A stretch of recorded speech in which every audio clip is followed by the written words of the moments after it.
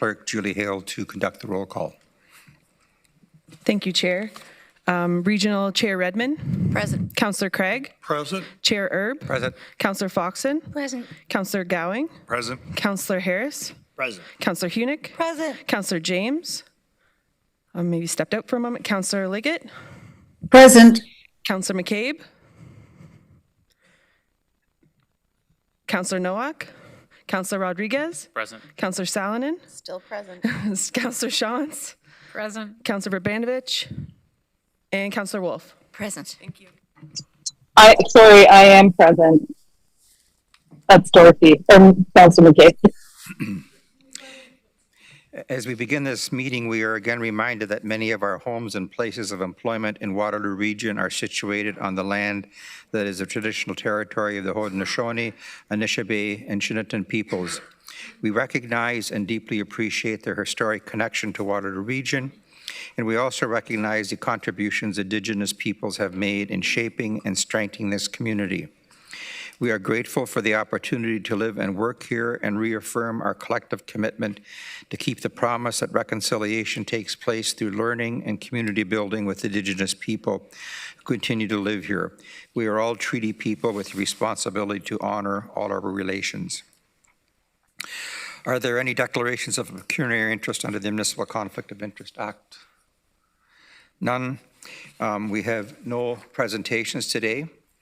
We have some delegations, and I just want to remind delegations before we begin that if you're planning to join us in person, please proceed to the podium when you are called upon to speak. Additionally, some general reminders: if you conduct yourself in any of the following manners, it will result in an immediate removal from the meeting: interrupting councillors, staff, or other delegations, derogatory statements about councillors, staff, or others, and hate speech or defamatory comments. And one last reminder for delegations: please do not take offense if following your presentation there are no questions from council. This is council's time to really listen and reflect upon the opinions and ideas shared with us from community members. And a quick reminder to the members of the audience: you're asked to maintain order. And this means that you may not address the committee without permission of the chair, interrupt anyone, disrupt the meeting with unreasonable noise or vocal expressions such as applause, booing, or cheering, or displaying of signs or posters. Proceeding to our agenda item 5.1, we have two people representing the Immigration Partnership Council, Tracy Hare and Ian McLean. You have 5 minutes. Would you please come to the podium? Welcome.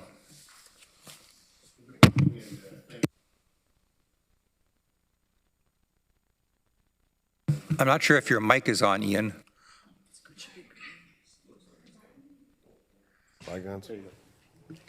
It's way too much technology for me. Thank you for having us today. As you were doing the roll call, I was waiting for someone to say in body but not in mind present, but I'll leave that. Thank you. It's good to see be back in regional chambers, and thank you for allowing us time today. I'm joined by some colleagues at the Immigration Partners. Tracy Hare Connell is one of our co-chairs, as well as colleagues from the United Way, and Tara is here. There we are, over here. Tara Bedard, who is our executive director. I believe council has received, we submitted a letter with a lot more details and context of the reason for us being before you today. Hope that if you have any questions as you go into your budget deliberations, you'll be in touch with me or Tracy or Tara. We're happy to answer any questions that you might have. In our short delegation today, I just wanted to highlight the requests that we're making of regional council and recognize how difficult the financial circumstances for government at all levels, and in particular for our municipalities. And we've appreciated that the partnership is about 16 years old. We've appreciated the partnership between the Immigration Partnership of Waterloo Region, our partners, as well as along with the region of Waterloo, on this critical work that we do to welcome newcomers to our community. The context for a lot of the work that we do at the Chamber, that the partnership does, and that you're doing at the region, is that we're going to be 1 million people within 20, 25 years. And many of those new residents are going to be newcomers, not only to the country, but certainly to this region as well. The work that the partnership does to help them settle, find work, and have a sense of belonging is critical to the well-being of all of our cities and townships, our neighborhoods, and the health of our overall community.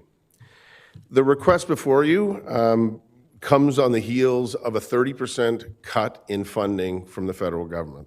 At a time when immigration and newcomers to our country is going up, that is unsustainable for doing the work that the partnership needs to do on behalf of the community.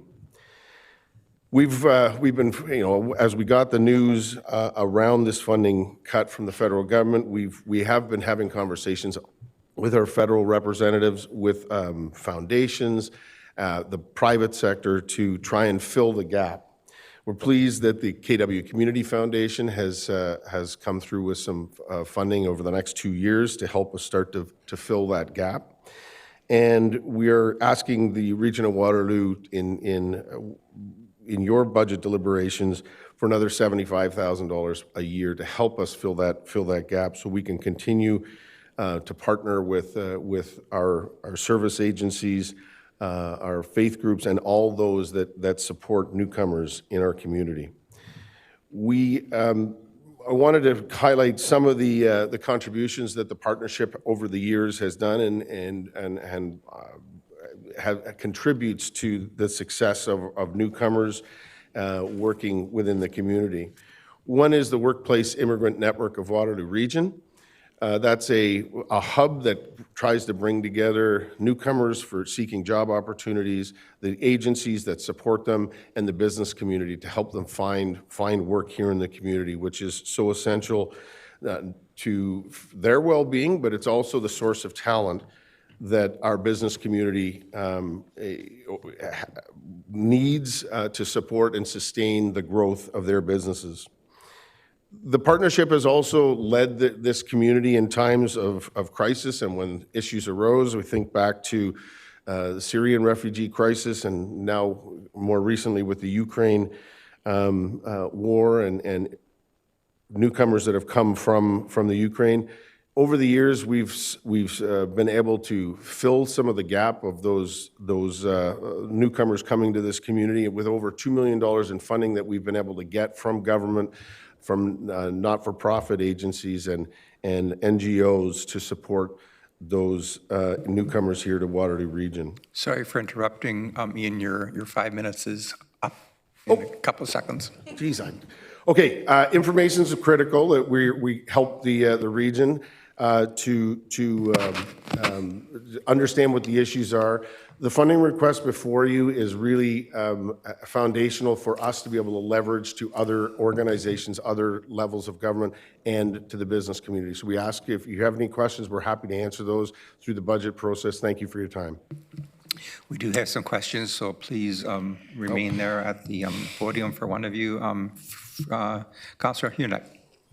Thank you, Chair Erb. Thank you to Ian and team for coming to delegate today. Thank you for the excellent, vital work that you do in and through our community.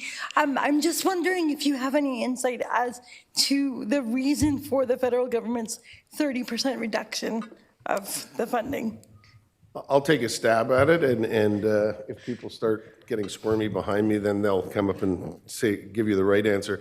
I think one of the things is, as is many things with the Region of Waterloo, we were doing some unique programming that was funded for many years that other communities were not doing. I think when they went through some budget reviews, I guess the last 2 years, they discovered that we were doing some things and were being funded for some programs that they wanted to level out what everyone was getting the same, which I guess makes sense in a pure budget sense. What it was doing is taking away some of the very unique things that we were doing and we were showing results from those. We have evidence to show that we were doing that. So we're continue to talk with the federal government saying, cutting our funding in a time when immigration is, and we are the #1 destination for newcomers to the country, really short-sighted. And so we're asking them to review in the context of us in regional Waterloo having being such a popular destination for newcomers. So it was to level out what the funding was. Have I got that about right? I do. For partnerships like ours right across the country. The reason that I live here and the reason that I'm so emphatic about leading this community is because we do unique things here that really do support our most vulnerable, and I really hope that we can support your collaborative approach for raised funding as we've committed to supporting other organizations to historical funding levels. Thanks so much. Thank you. Councillor Salonen. Thank you, through you, Chair. Thank you very much, Ian and team, for joining us today. The work that I understand you guys do in the region is really great and important. I guess where I'm struggling is the federal government has far more avenues for revenue generation than our regional tax base. And at that, it's a property tax base, as you know. So I guess, and especially coming from a rural community where majority of our immigration is sponsored immigration specifically, and are very much insulated in terms of, not that they can't access your services, but historically have not been accessing the services of your group. How would I justify to my residents, and I'm asking this not facetiously, I'm asking because I don't know how to justify it to my residents, that their property taxes need to now go towards something that our federal government has decided they shouldn't be investing in, when also we know that our immigration targets come from the federal government? Yeah, well, I guess I would start by saying in many things, and when you think about mental health, you think about healthcare, you can say in one sense it is one level of government, but I think we all know there's a shared responsibility in many things. And immigration is one of them. It's which one the federal government gets to set the levels, but it's communities that actually have to deal with the services that people need. And once they're here, they're part of our community. And I think collectively, the regional council, and you always try and balance this. I don't say it's easy, but bringing people to this community and not giving them the services they need. And I know there's a variety of these issues that come up, but immigrants and newcomers to our community have issues like everyone else with language services, education, healthcare. The fact is, the best bang you're going to get from your buck is to support the immigration partnership, the work that Tara and our small staff do, along with our partners, to leverage the dollars that we get for the well-being of not only newcomers, but the jobs that they will fill, the communities that they live in, and the neighborhoods that they call home. Thank you. Councillor Foxton. Thank you, and through you, Chair. Ian, just you said KW Foundation. I think you mean Waterloo Region Community Foundation? Like I said, the Waterloo Region Community Foundation. Thank you. I think you misheard, Mayor Foxton. Yeah. I was just testing to see if you realize. Yeah. Yeah, that's right. Is that Councillor Shantz? Thank you. Thanks for coming in today. I'm wondering if you can give us an example of one of the unique programs that is not now funded by the feds that maybe our contribution would add to.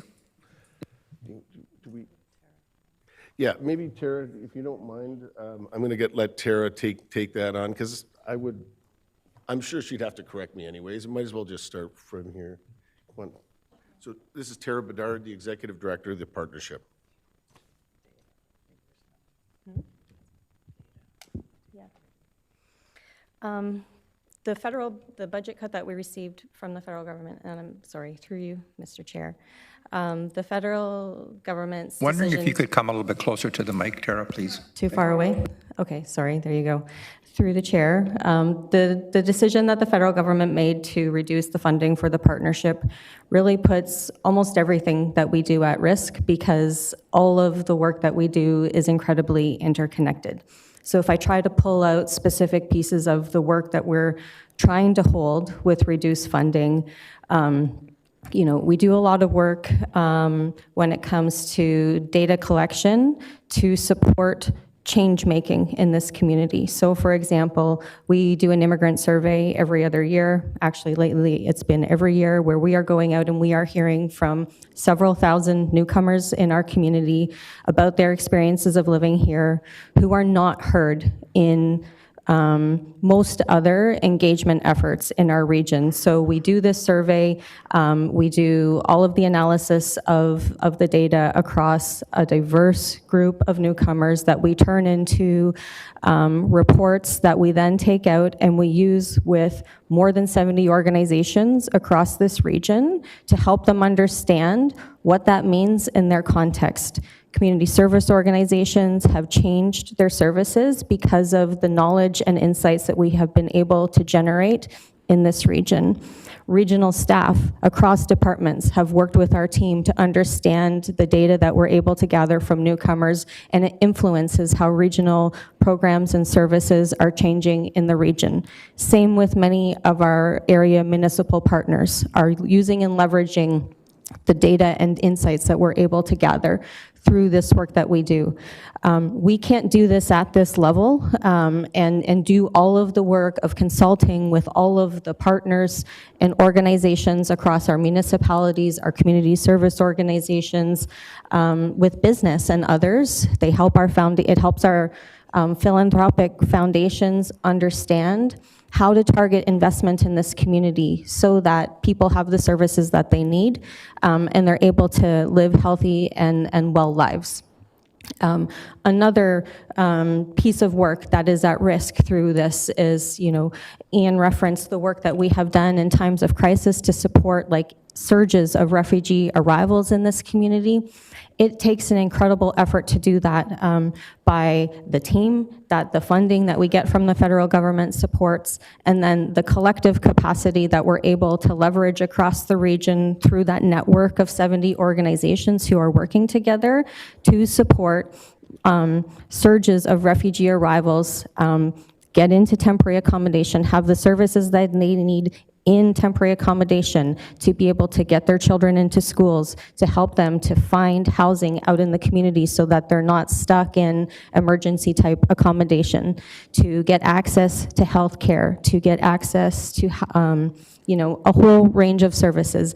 These are the types of things that are put at risk in terms of our ability to do them well as a community if we're not able to round out what we need to have a full program budget to support our vision for the kind of community we want to be and the way that we want to support newcomers so that we as a whole community thrive and prosper.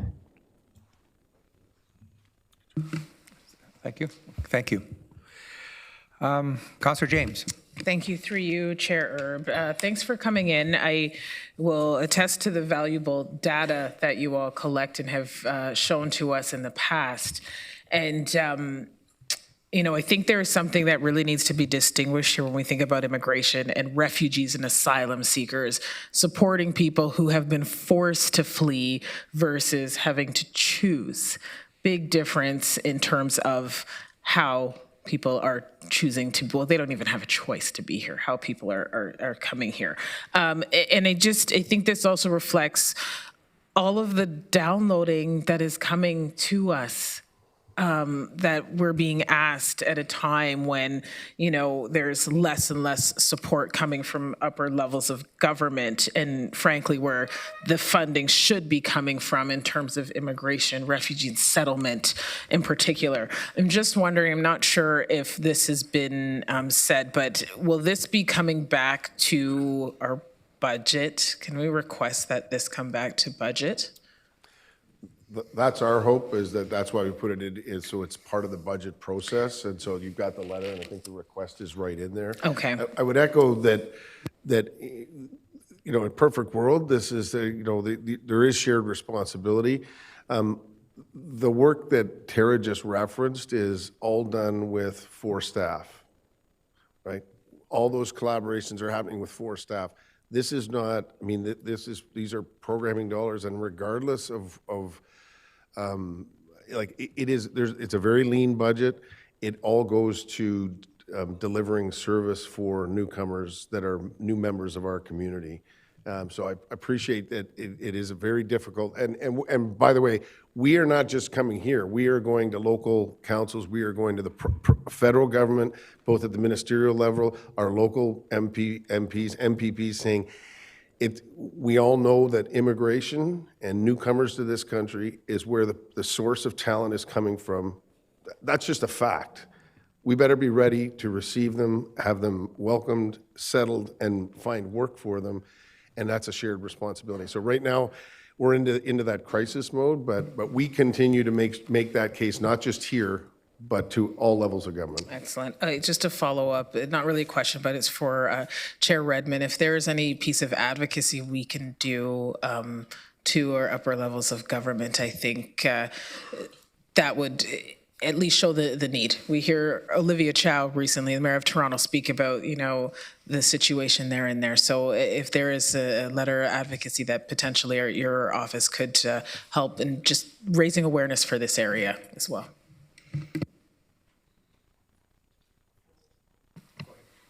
We have advocated in the past and are happy to continue in common cause with Immigration Partnership. I don't see any other questions. I'm assuming that Councillor Harris and Mr. Steffler have their ears open as the budget's prepared, that this will be something that'll be on the docket. Thank you for attending. We're moving on to 5.2 on the agenda, just reminding committee that we are about an hour behind schedule, so that if we can try and minimize the conversation to important points, that would be appreciated. The next delegation is from the Ontario Nurses Association. I have 5 names: Angela, Tanya, and Imrit. And I'm not sure, are one of you speaking or all? Okay, you have 5 minutes. Thank you. And is the mic on? Yes. Yep. Hi, good morning. I'm Angela Clancy. I'm a proud registered nurse and the bargaining unit president for the Ontario Nurses Association members that are at the region of Waterloo Public Health. I've lived in Waterloo region for my whole life and have been working here for the last 13 years. Good morning. My name is Tanya Lavallee. I'm also a public health nurse and vice bargaining unit president for Region Waterloo Public Health and Paramedic Services. I've lived here in the Waterloo region for 24 years and been an employee of the region for the last 23. Today we leave you with a petition signed by 104 of 113 members calling on you to support a fair new collective agreement that includes fair wages, hours of work, and benefits like short-term disability. We were told not to display any posters, so we'll leave the petition here with the clerk, and just to make sure that we're following all the rules. Well, there's only 2 of us here today. We're actually speaking on behalf of 92% of our bargaining unit in this deputation. We are a strong and united front in the fight for better working conditions so that we can continue to provide high-quality, timely care to our clients, the very same constituents that you represent. As your public health nurses, we are deeply committed to providing the care our communities need. We provide preventative and specialized health care to over 670,000 people of all ages, lead infectious disease management and response, provide care in homes, and to equity-deserving populations. We are the first line of defense in healthcare. We consistently see high returns in investment in public health because we help prevent health conditions from worsening, reduce hospital waiting times, and ensure a strong, healthy community. Our work is important, but oftentimes we feel disrespected and undervalued. Since our negotiations, our management has focused on clawbacks instead of improvements of our working conditions. For example, they want unilateral control of our schedules to force employees to work weekends. We already voluntarily work weekends, but we also do this with a premium. Our employer's proposal has not demonstrated a need for increased weekend work, and they are refusing to compensate fairly for weekend work already performed on weekends. Many of our colleagues came to public health because we love this work, but we also value the ability to control our own lives and meet our own personal responsibilities. Without fair hours of work, compensation, and benefits, many nurses will leave to work in other healthcare settings.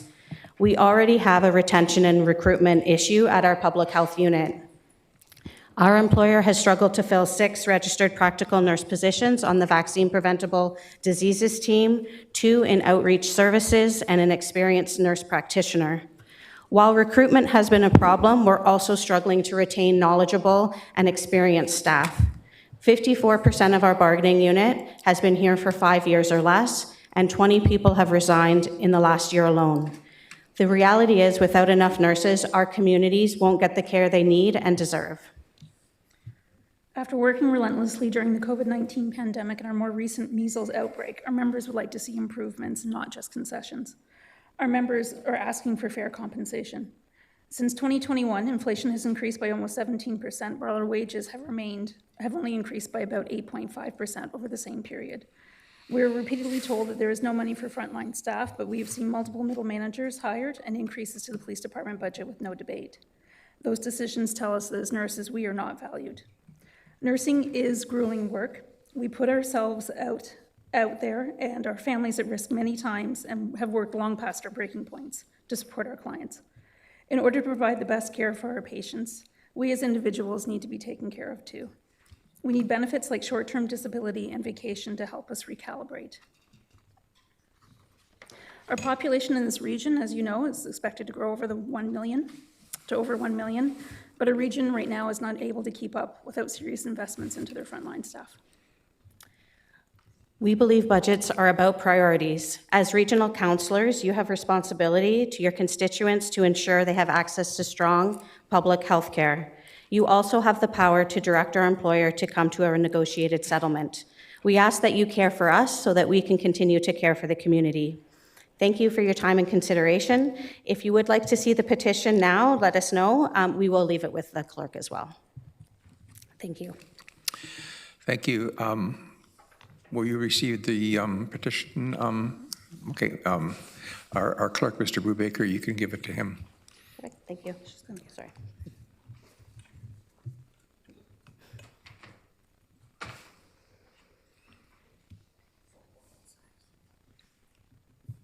Thank you. Thank you for your presentation. I don't see any questions from councillors. Thank you. Thank you.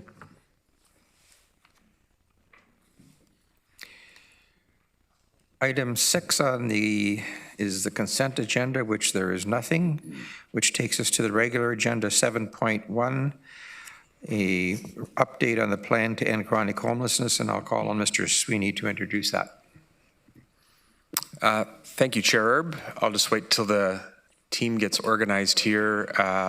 Just a quick acknowledgement and thank you to Regional Council again for your ongoing support of the plan to end chronic homelessness, which has been well underway now. And we've committed to coming back twice every calendar year to give you an update, and today is that next update. I also want to acknowledge and thank a number of the housing and homelessness staff that are here today to see their work come to life. I actually saw one of our staff who's on a paternity leave bouncing around with a baby. I don't know if Steve's still over there with his Jays hat on, so this shows you the level of commitment and enthusiasm and pride in the work that this team is doing at your direction. And so with that, I'm going to turn it over to Jen Gordon and Chris McAvoy to start off. I'm not sure. I think Jen's starting. We're all yours. Good luck. Hello, Council. Thank you for the introduction. I'm happy to join you all today. For those that are new to this space, I'm Jennifer Gordon, the manager of the Plan to End Chronic Homelessness. And this is my only slightly taller colleague, Chris McAvoy, manager of homelessness and supportive housing. Together with members of our PEC coordinating team in the audience here, we're here representing the Plan to End Chronic Homelessness in strategy, relationships, and operations. Next slide. So we've already had the opportunity to celebrate some milestones with many of you, and we're happy to be here doing it again.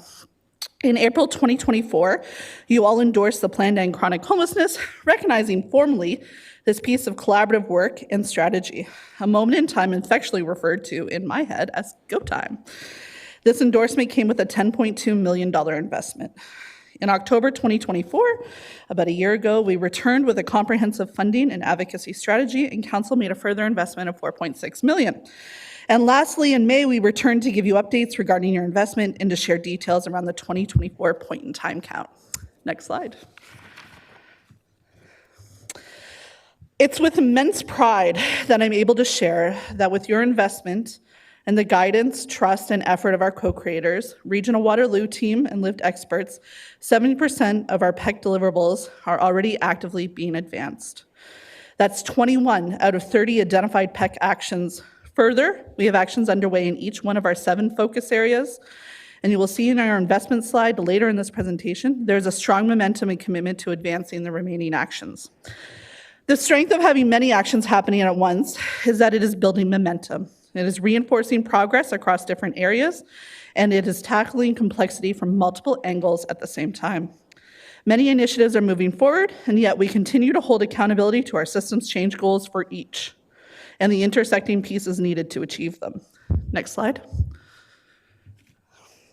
The Plan to End Chronic Homelessness, with its 30 actions, intentionally works in tandem with other housing-focused systems change plans in Waterloo Region. Together with Building Better Futures and the Waterloo Region Housing Revitalization Project, these 3 strategies form a comprehensive system-wide response that spans the housing continuum across homelessness services, emergency shelters, supportive housing, and affordable housing. This integrated approach ensures progress towards ending chronic homelessness and is part of a broader, equitable vision for the region's future. Next slide. One of our PEC actions that we have completed in full is 2.1, the launch of our Olive Community Approach, which includes nurturing our co-creators group, as well as mobilizing our PEC leadership table, the coordinating team. In the spirit of government community work, I've invited several of our coordinating team members to share with you their insights on signs of systems change that matter to them and how they're supporting our PEC actions. I'd like to introduce Christine from Engage Rural Collaborative, Marjorie from Rhythm and Blues Cambridge, and Fadila from the African Women's Alliance of Waterloo Region. Thanks, Jen. Good morning, everyone. I'm Christine Allison, Project Manager of Engage Rural. Before I begin, I want to thank everyone who joined us at the Engage Rural launch last week. Seeing so many dedicated partners from across our townships and the region was inspiring. For those of you who couldn't attend, I want to recognize your ongoing commitment to our rural collaboration. What stood out most was authentic partnership, agencies, municipalities, and regional staff working together to turn shared aspirations into measurable outcomes. When rural voices are resourced and empowered, system change follows. Engage Rural unites 8 health and social service agencies with more than 400 combined years of experience. Rooted in shared values of people, places, and possibilities, we center lived experience and build equitable, community-led solutions created by the community for the community. Recent investments reflect this approach. One I want to highlight is the Inclement Weather Fund, now managed by Engaged Rural. For years, rural agencies have stretched our limited resources to support people, and, well, emergency supports were mostly urban-based. Targeted funding launched our Engage Rural winter warming pilot, putting supplies in the hands of those experiencing homelessness. At the launch, Tricia Robertson from Wilmot Wellesley Resource Center shared a story of a man who said after receiving a warming kit during a cold snap, he felt like he won the lottery. That hit me hard, and I think it hit a lot of people hard. These are not just supports, they're life-saving interventions. Equally transformative are the rent supplements that are now available to our agencies in the townships.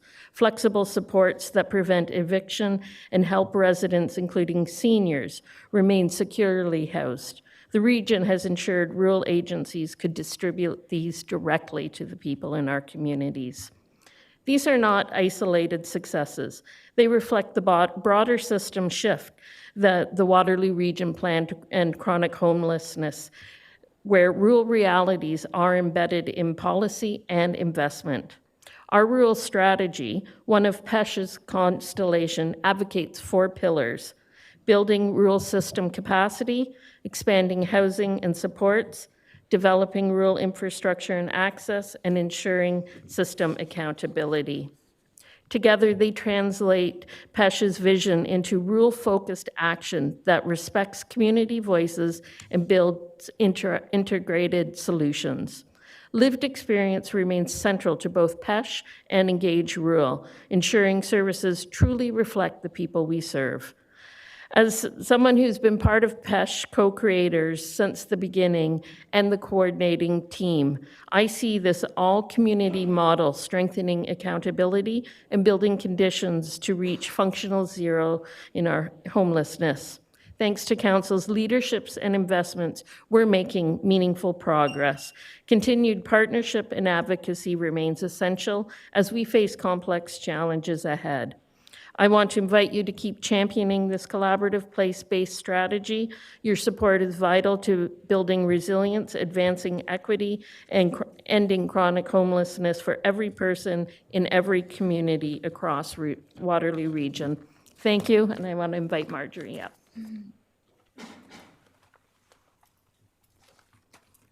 Good morning, everyone. When I last stood before you, I spoke of homelessness as a tsunami bearing down on our region, indeed our country. The tsunami is still on the horizon, but the seeds of change and mitigation are being sown. What does it take to turn a big ship? It takes a bit of time and lots of power. In the rooms of PESH, there's a lot of power.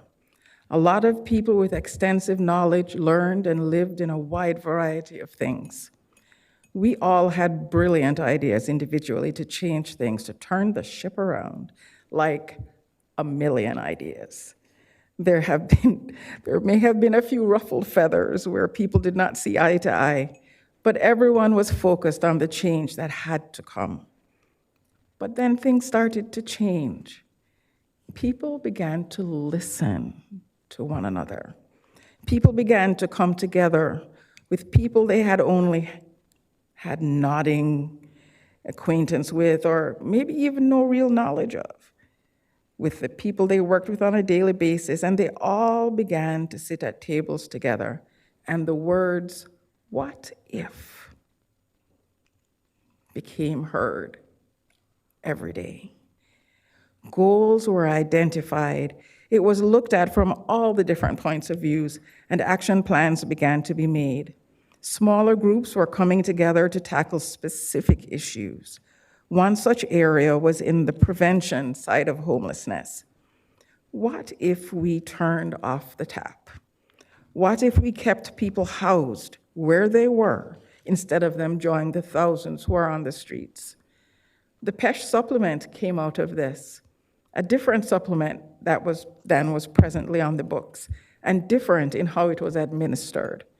This was administered by different organizations on the ground: Porchlight, YWCA Women's Shelter, House of Friendship, and others, as Christine pointed out, in the rural area. These caught people as soon as they stumbled so that they didn't fall into homelessness. We spread it out amongst those who were on the front line to great success. What a difference that made. We had access to regional staff, and it has been a great thing getting understanding of their processes and the ability to say to them in some of these meetings, what if we tried it this way? What if you achieve your goals and we achieve ours? It makes a difference to the bottom line. We have also looked at equity groups. What are the challenges and how do we help them? Again, there were groups coming together to look at goals and how to bring change. We have had significant growth in diverse populations moving to our region, and we found that there was little to no data on diverse populations. So funds were used towards a needs assessment study in region-wide to get the missing data so that we know where we need to go, where the gaps are, and how to move forward in an equitable way for more effective decision-making. I am pleased to be a co-creator with PESH. I am excited to be a coordinating team member. I am proud to be on several committees to work with staff, nonprofits, grassroots organizations, the lived experience roster, and community members. We're doing important work. And even more than that, we're seeing results and expect to see even more change as we work towards our shared goal of functional zero homelessness. Thank you. I'm calling Fadila. Okay, so we're exchanging sticks. Okay, so I have to. Good morning, Mayor and Council members and everybody present. My name is Dr. Fadila Balogun, the Executive Director of the African Women's Alliance of Waterloo Region. Today, I speak not only on behalf of the African Women's Alliance of Waterloo Region, but also on behalf of other equity-deserving groups, such as the Somali Canadian Association of Waterloo Region, the Coalition of Muslim Women, and Marjorie already spoke on behalf of Rhythm and Blues, and several others doing critical community-based work. First, I would like to begin by acknowledging the support and the financial investments that the Regional Council has made towards the plan to end chronic homelessness over the past few years. In my culture, we say that to acknowledge and appreciate is to give momentum for more to be done. While many, including myself, may feel that the Council's response to chronic homelessness has not always matched the urgency of the crisis, we also recognize that sustainable system change takes time. Sustainable system change takes time and consistent partnership to achieve meaningful outcomes. Through the System Navigation Support Initiative, my organization has been empowered to play a more active role in prevention, particularly amongst newcomer and racialized families who are often overlooked in mainstream homelessness strategies. Being invited by Jen, Chris, and the team to serve as one of the co-creators in this process has been a validating and transformative experience for my organization. This collaboration has opened new avenues for cross-agency partnerships, ensuring more equitable access to housing and support services. It has also created opportunities to amplify the lived experiences of equity-deserving populations, helping shape strategies that reflect the realities of racialized and newcomer communities. It has also helped broaden the definition of homelessness in our region to include the invisible forms of housing instability, such as overcrowding, hidden homelessness, and precarious living situations that disproportionately affect newcomers and racialized families. It has increased our organizational capacity to respond to housing emergencies, particularly those intersecting with mental health, gender-based violence, and family crises. All these efforts contribute directly to preventing families from falling through the cracks and reducing the strain on our already overburdened systems, from shelters to mental health services. In essence, prevention and early intervention are the most effective and humane strategies in ending chronic homelessness. Our experience demonstrates that when community-led and culturally grounded organizations are supported and included as true partners, we achieve outcomes that are both equitable and sustainable. We look forward to continuing to work alongside PESH partners to build a coordinated, inclusive, and compassionate housing stability system where no one is left behind. Thank you very much.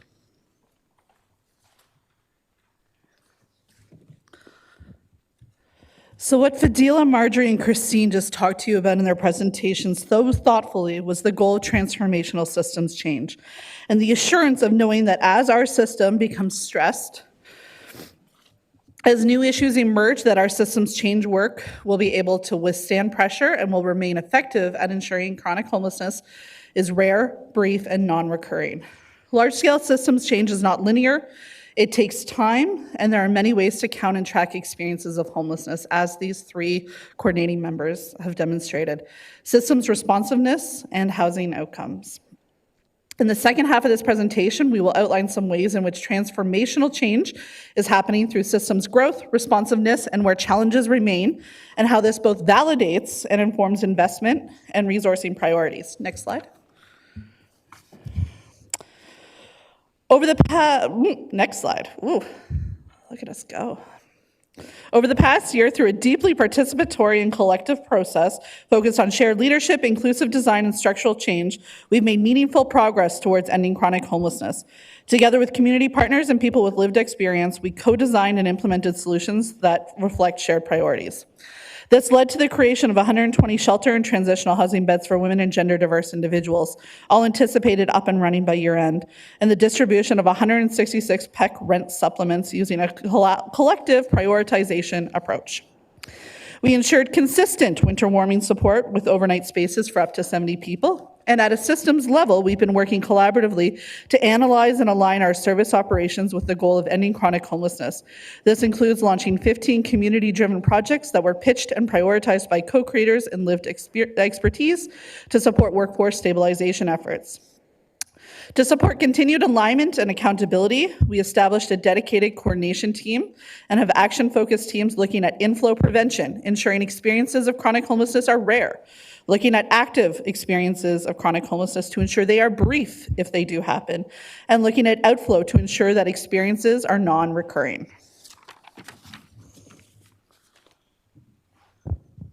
Next slide. Good morning, and thanks for having us. So as Jen said earlier, my name is Chris McAvoy. I'm her slightly taller colleague who functions as the manager of homelessness and supportive housing. And I'll be speaking to the next few slides and sharing some data updates that outline the initial impacts of the plan to end chronic homelessness, its actions, and its investments. So throughout this year, as you've seen in the report and presentation, we're seeing an average of 17 people per month transition from an experience of chronic homelessness into permanent housing. Those are 17 individuals who have long and complex histories of homelessness, health, and often mental health challenges. 17 of our fellow community members who now have stability, security, and a place to call home. So as you see mentioned on this slide, and will be visualized on the next slide, our HIFIS, which is our shared database, is that data within that database is showing that there's a consistent downward trend of the overall number of people experiencing homelessness in our community. These housing outcomes and decreases in experiences of homelessness are part of a series of indicators and outputs of our collective work that are inspiring co-creators, lived experts, and staff working on the plan's actions. Our collective work is having an impact. Next slide, please. So here you'll see a visualization of the number of people experiencing homelessness who are being actively supported by our system and its partners. You'll see from November of 2024 to March 2025, again, there's a clear and consistent downward trend of the number of people experiencing homelessness in our community. Some of the drivers that you've heard spoke to this morning includes investments in the local rent bank to help people maintain their housing, which lowers the overall number of people that ever have to experience homelessness in the first place. Investments in community-led rental supplements, which you've also heard this morning through programs like the Building Better Futures program, as well as PEC rental supplements, which are both specifically targeted as upstream approaches and investments, so folks never have to experience homelessness, or for those who are experiencing homelessness, it is brief and rare and non-recurring. Part of this data also includes regular reviews of data quality with our system partners. Next slide, please.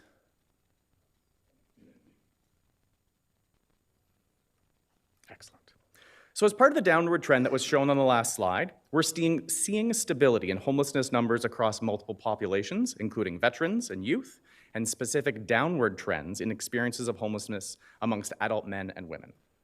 As you would have seen in the report, we do continue to see an increase in experiences of chronic homelessness, which is counted and measured by people on our prioritized supportive housing waitlist, which we call PATHs.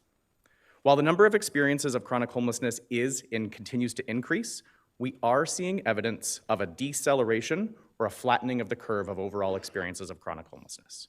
Between 2020 and 2023, locally there is a 28% annual average of increases in experience of chronic homelessness. Between the start of 2024 and and the data we have access to so far in 2025, there was an average increase of 11%. That's that deceleration, the flattening of the curve occurring. The work of community partners to create and mobilize actions and investments within the plan is seeing tangible results and beginning to address the root causes of experiences of homelessness. Next slide, please.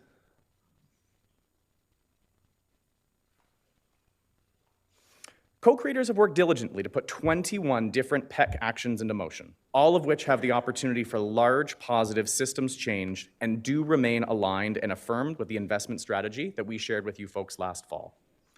Co-creators have worked with staff to prioritize the top 3 strategic priority areas, which are reflected on this slide, and reflect the known need, newfound activity or opportunities, and deepened commitment to ending chronic homelessness.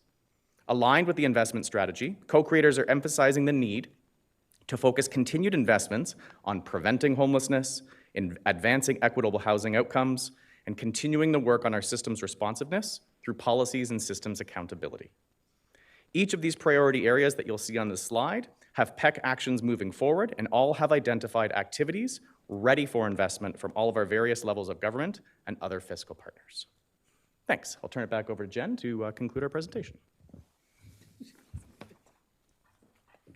I'm going to move this microphone back up.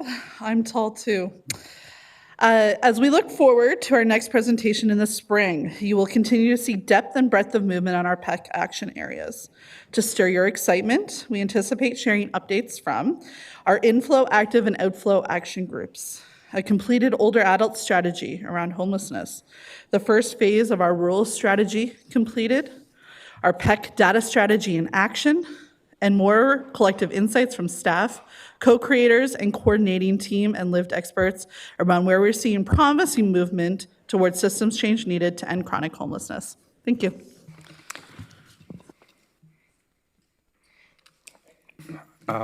If we can get the list of speakers up again on my monitor so I can. Okay, we have a number of questions from council members. Councilor Hunick. Thank you, Chair Erb. Thank you for coming today. Thank you for the good news stories and the data to back it up. The plan to end chronic homelessness is one of the things that makes me very proud to be a regional councillor here in our region. The co-creators table sets us apart, for sure. The original goal of the plan, I think, was to end or to achieve functional zero in terms of homelessness by 2030.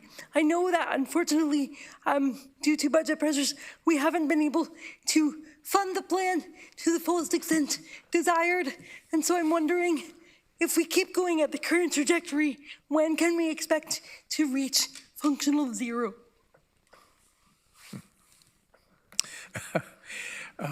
Not a. Dream on. Yeah.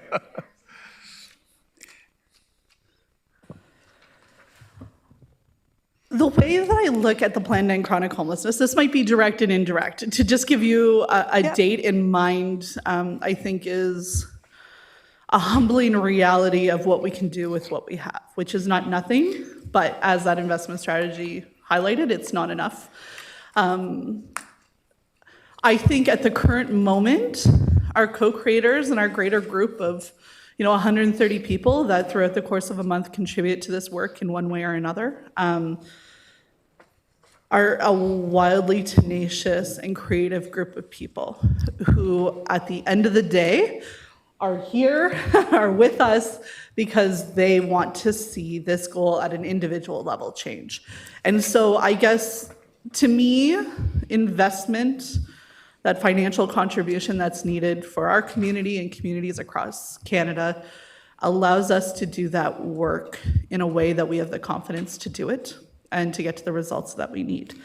Without those kind of investments, we take apart the bike, we put the bike back together in a different way. We take apart the bike, we try and put it together. We get a few bedazzled pieces on the bike, eventually they fall off or they have to be used in a different way. We're only using the same mold that we have ahead of us. And I think we can do a lot with that, but I don't think it would be fair to stand here and say, that we end chronic homelessness just with the bike that we have right now. Okay, well, And thank apologies you. for the bike analogy, that just sort of came out, but hopefully it works. Thank you for your resourcefulness and putting together the bike. I'll go back in the queue, possibly for other questions. Thanks. Councilor Rodriguez.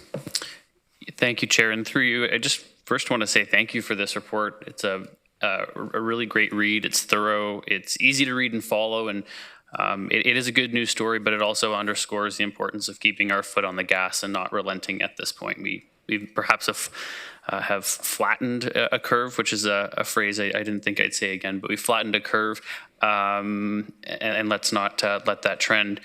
When I look around at our the divisions that are represented here in council, I think everything that you're doing it touches every department, every division, in some way, shape, or form. And so I want to commend the work that you've done and recognize the scale of the task ahead, and as you continue forward. I think we're only a year and a half in, and we're already showing promising signs, so that's really great.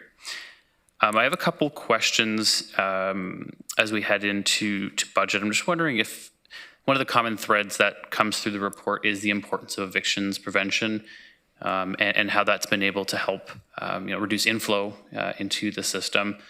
I'm wondering if staff are able to, as part of the budget when that gets presented, just to break out what that percentage of the overall spend is, so we can understand a bit more how much we're spending on evictions prevention, and where we might be able to push and pull a little bit within that pie to perhaps affect change. Mr. Sweeney. Certainly.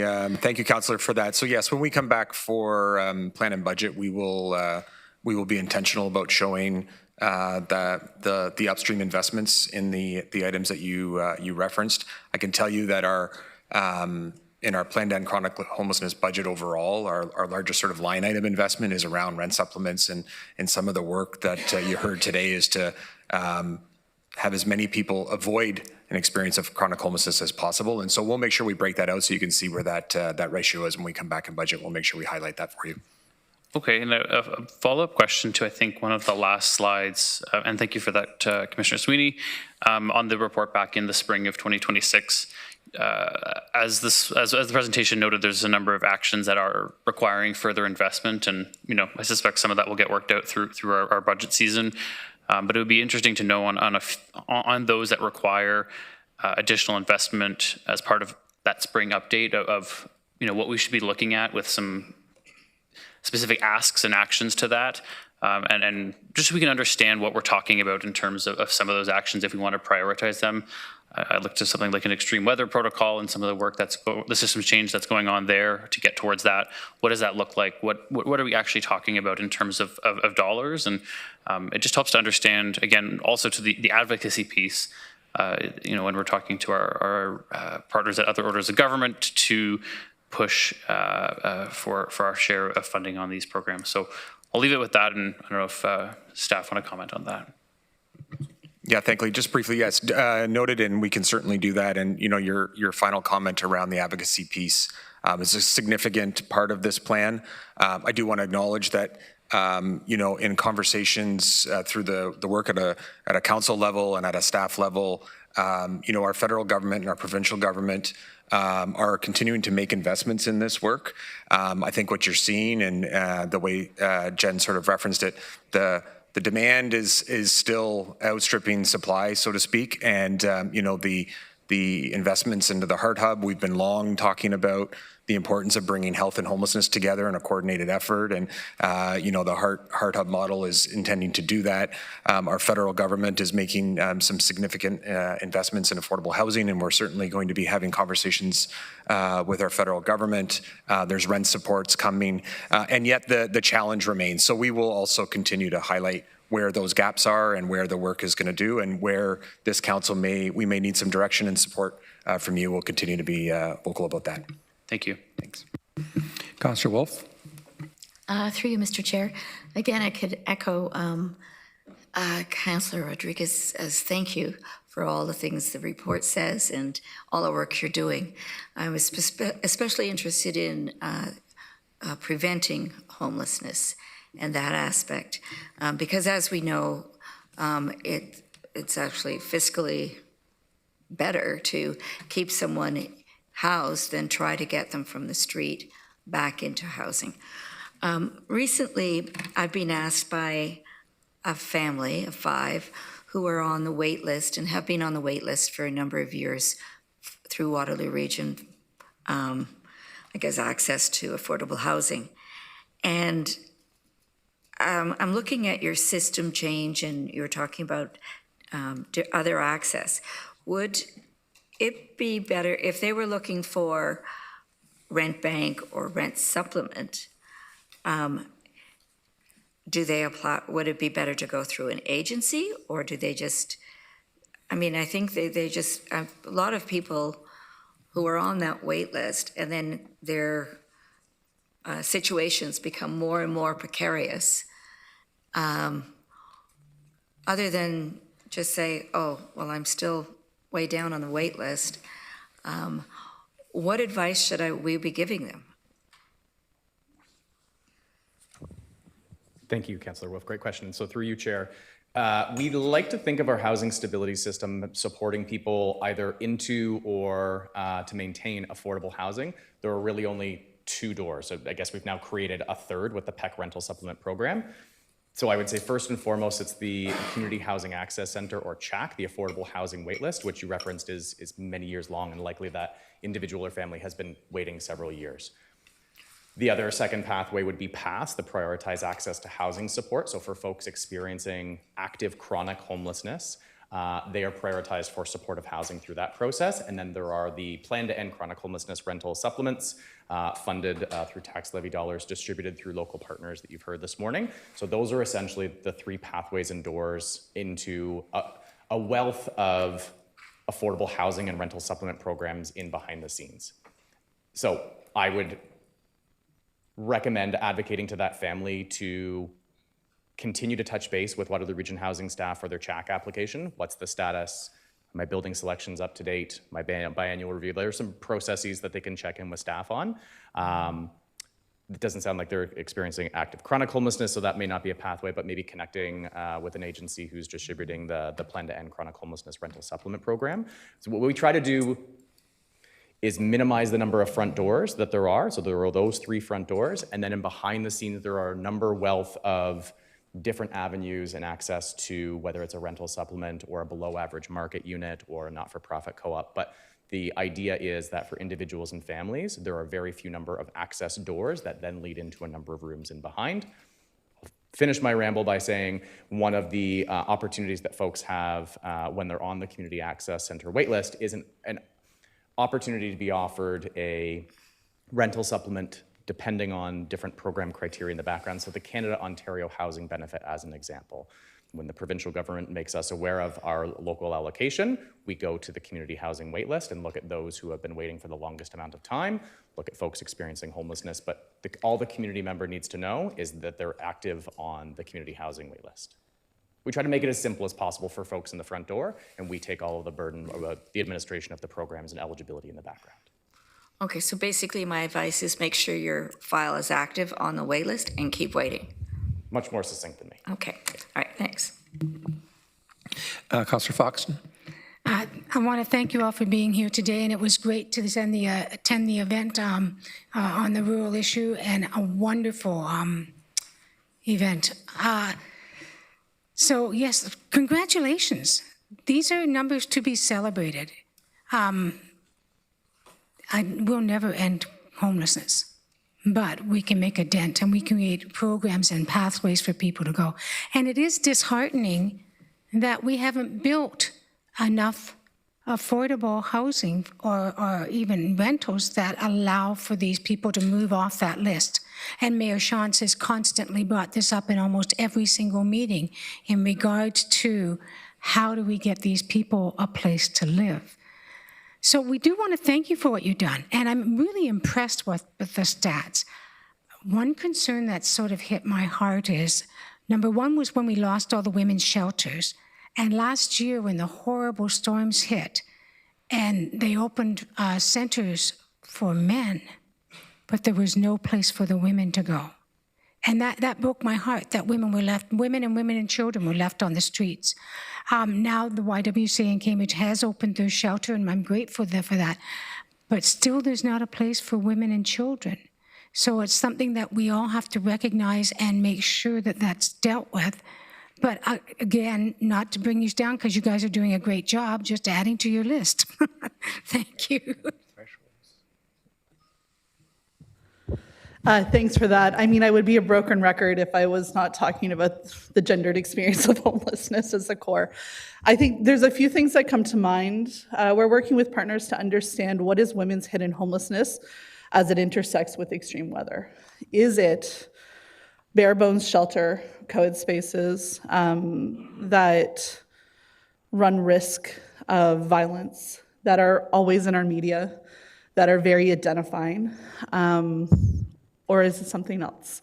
And I think that's part of the conversation when we talk about extreme weather, when it comes down to women and gender diverse folks, is how does our system respond to their patterns, which are in part created by systems gaps and in part created by survival strategies, safety strategies, and other elements that deserve us to come to them instead of telling them they can go over there. So that's definitely part of the conversation. We're also working with the Women's National Housing and Homelessness Network.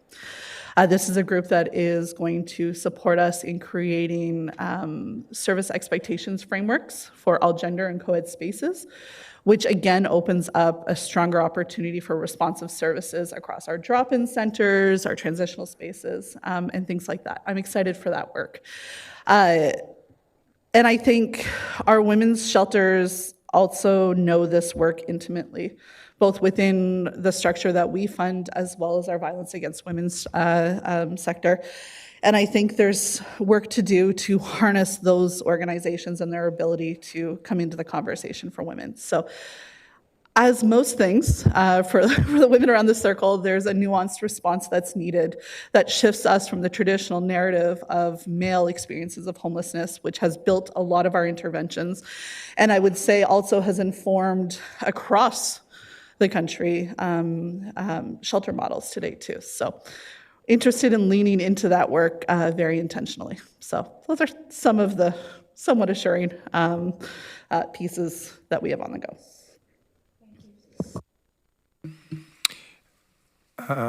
Councillor McCabe.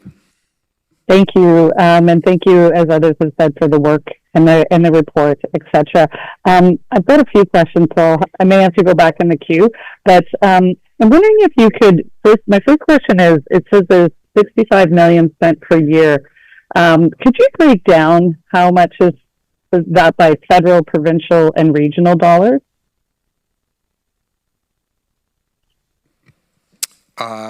Councillor McCabe, yeah, so the 65 million is specifically for the homelessness portion of our overall global budget.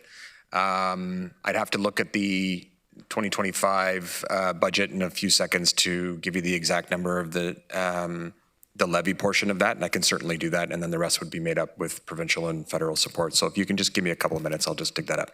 Yeah, sure, that's fine. I've got another question, but I would like to know what the federal versus the provincial. Like, I'd like to see all three. I think that's important for us to know how it breaks down. So thanks for that. Oh, sorry. Councillor McCabe, would it be okay if we did a bit of an analysis and sent that around by email? I just want to make sure we just double check all of our numbers. Like, again, the funding model for all of this work is dynamic, and I just want to make sure that we're making sure that the numbers we are providing you in real time are our most up to date, and to ensure that council has a good perspective on where the federal and provincial government is leaning into this work, where that is being leveraged by levy dollars. So if that would be okay with you and council, I'd ask if I could just take that away. Sure, that's fine, because, yeah, the accuracy is important, but I also, that's important information for council and staff to know, but I also think it's really important for the public to know as well. So maybe we could make reference to it at another time, but I think it's equally as important for the public to know which levels of government are contributing and how much is being contributed. So I've got some back.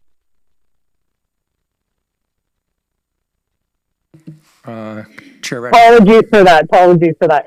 So I'll leave that with you.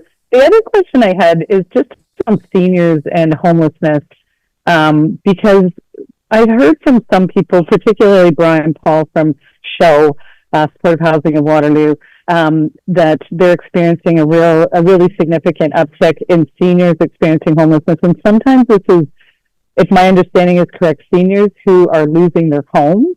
Now, I know there's rent supplements and things like that in place, but I mean, so what happens with seniors who are, if you could maybe just, I know we can't sort of pay someone's mortgage for them or anything like that, but how do we support seniors who are facing homelessness? Chris, did you want to, Yeah, great question, Councillor McCabe. So through you, Chair Erb. We do have a specific action within the plan that is creating an older adult strategy, which includes a number of actions. And so we've engaged partners across the community to begin developing that older adult strategy. There are specific allocations and actions in play right now with SHOW in terms of older adult supportive housing, some work in Cambridge around older adults and folks who are medically complex, ensuring that they have an avenue out of hospital into shelter and direct housing pathways. And then there are a number of PEC rental supplements that are tied to populations like older adults as well. So we've put some actions in motion, and we've got a group of co-creators, community partners, working on the development of a specific older adult strategy as well. Okay, thank you. And I'll just do a plug for SHOW. They've got 2 projects that collectively would add another 50 housing units at 2 different locations to specifically for seniors to the mix. So just want to make sure that everyone is aware of what they have on the go and that they are basically shovel ready to do that. They just obviously don't have any funding. I'm not suggesting that the region should find the funding for them, but you know, federally, provincially, and across the community. I do have another question, but I'll go back in the queue. Chair Redmond. Thank you, Chair Erb. I have to say that I think the only way to solve homelessness is one person at a time. Really support the multiple actions that we've invested in and that are going forward with the help of the community, and the fact that there are several focuses. I guess for me, though, the demand is still outstripping the supply, and that's a concern.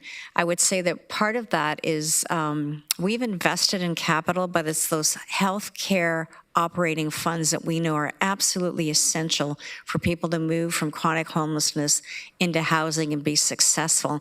And I guess I'm just wondering how we can lobby for that in a more constructive way. I would tell you that it's one of my huge frustrations. I know Maytree did a huge report province-wide looking at homelessness, and our PIT count was pretty much in line with the projections of the 80,000 people that they were projecting in the next several years could be homeless. And so I'm wondering how we stem that tide and get the attention of the healthcare system to provide those operating funds, which I think are pivotal. We don't want to build structures that sit empty because we don't have operating funds.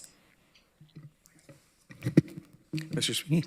Yeah, thanks, Chair Redmond. Certainly, I mean, I think we've acknowledged here in this chamber and many times out in the community that deeply supportive housing is a real need across every community that is challenged, ensuring that folks not only have an actual physical place to stay that is safe, but also the social supports and the health supports that go with it. And so continued conversations from you around council, from you as chair, are certainly beneficial. I can tell you at a provincial level, my colleagues across our area municipalities and our service system managers are coordinating all of our efforts in conversations with our provincial colleagues around the importance of bringing health and social services together in a coordinated fashion. Because again, that is absolutely going to be key, and we have to ensure that not only is the capital coming along, but the operating structure. So it's very much top of our list and top of our conversations. Thank you very much. And I know we've been innovative and we've been creative, and this isn't a race, but we do know that this is an issue that is in every small town and every urban municipality, not just in Ontario, but across Canada and globally. And I'm just wondering, do we keep stats on how much progress we're given, especially vis-a-vis how much investment we've made with other areas? I mean, I know our pit count was relatively higher than other communities, so I'm assuming that that's because we were really thorough in doing it, and I'm just wondering how we stack up against other, a comparison with other municipalities. Sure, maybe I'll ask Chris to talk just real quick. I know we're running short of time as well. Just a real quick overview of the data strategy, which I think is maybe not there yet in a fulsome way, but just maybe some of the key highlights on that data strategy, Chris, if you could. Yeah, absolutely. And so through you, Chair Erb, there are really 4 pillars to the data strategy that we've outlined in the report. The first is creating a public-facing, transparent, disaggregated dashboard. And so that we hope to launch in 2026. The second pillar is around qualitative and quantitative data to complement that data set. So the public-facing dashboard will be our shared database HIFIS data, but it's not everything. And we'd love to include qualitative data, some stats and metrics from the healthcare system around hospital discharges, length of stay in hospital, discharges to emergency shelter in their locations. So additional quantitative and qualitative data is pillar 2. Pillar number 3 is monitoring and assessing the outputs and impacts of the PEC investments. So the $10.2 and the $4.6 million, what programs are being funded, what outputs are they creating with the activities that they are funded to do, and what are those long-term outcomes? I think we have some work to do to analyze, like potentially explore like a social return on investment. For every dollar invested, what is the long-term economic and social impact? I think there's some work to do there, but that's pillar number 3. And then pillar number 4 is really around systems change. How are our efforts and conversations and investments at the co-creators table and the coordination team making an impact around how our system is run and how it is ensuring that people with lived experts' voices and people traditionally excluded and marginalized from the system are being heard and included. So those are the 4 pillars of the data strategy. And we also participate as part of the Canadian Alliance to End Homelessness and Built for Zero across Canada. So those are some opportunities for us to converse with our neighbors across Ontario, compare data, compare strategies. And so we do that on a regular basis as well. I think Jen wanted to add something. Yeah, to sort of add to your comment, Karen, I pay a lot of attention to communities who are also trying all of community or whole of community approaches. So when like London recently had their evaluation, now they've got some time on us, but understanding what are they experiencing, what are they seeing, and how do we align. So from a systems change perspective, the idea of the things that and the nuances that we are looking to correct, lean into, or change, starting to see some alignment with tackling the similar issues that folks who have been at this for longer might be seen. And I will also say the difference between communities that are carrying on and communities that are also taking the opportunity to change and adapt and lean into further investment as communities and show that sort of care and kindness. I think the comparison is also within those communities from one to the other. The other thing that I'll say is that for the data that we miss, and this is something I don't get full credit for this because actually Hissy, who's our data analyst, who when anyone around this circle says, what's this, that we run and lean into, has also taught me about the nuances of how we understand data and how we also bring in community narrative of data. What don't we know in our rural context? And now that we know it, and now that we're creating services that support those folks, as example, we will also start to see more people coming into our system. And that is because finally, for those who have self-selected themselves out of this being something to support them, they're coming in because they see themselves reflected. They see an opportunity. And so that's something that is also important. And part of our framing of our presentation here is to keep space for that reality. It doesn't mean that we're doing less or worse. It means that we actually are getting closer to that goal of ending chronic homelessness. Okay, Councillor Schatz. Thank you. Thank you for coming and presenting today. I was really happy to see a reduction in the total active homelessness numbers. I think that's really important, and I think that helps to start to speak to finding placements for people. At least I'm assuming that's what that does. And I understand that the chronic homelessness piece is much more difficult, and they're almost like two separate issues that we're dealing with. I'm just wondering, in terms of particularly active homelessness, we have a number of projects across the region that are in progress in terms of building housing and that kind of thing. Do you have any sense of, if those were built today, how many of the 1,200 on the list would be housed? You may not have that, but it's a wondering I've got. No, it's a good question. And I think part of the answer to that is the alignment. What are the conditions of that housing? For some folks, supportive housing is going to be what reduces or eliminates their experience of chronic homelessness over 3 years. So that eliminates the 18 months, not just responds to 6 months. Affordability is the other thing. As we start to see the two-tier municipalities and our intersections together, how we define affordability when it's in our control, because there's also lots of legislation and government figures and financialization and developers. There's a lot of people in that conversation, but how we understand affordability is also a big part of this conversation, because affordability that is deeply affordable removes a lot more people from those lists than affordable at 30% of a medium average income in the community. So I think there's intentionalities that we can play together that increase the odds of that reality. I don't know if you... Marjorie? Okay, we're going rogue, everybody. Marjorie's going to say a couple of things. I'm not going to say no to community.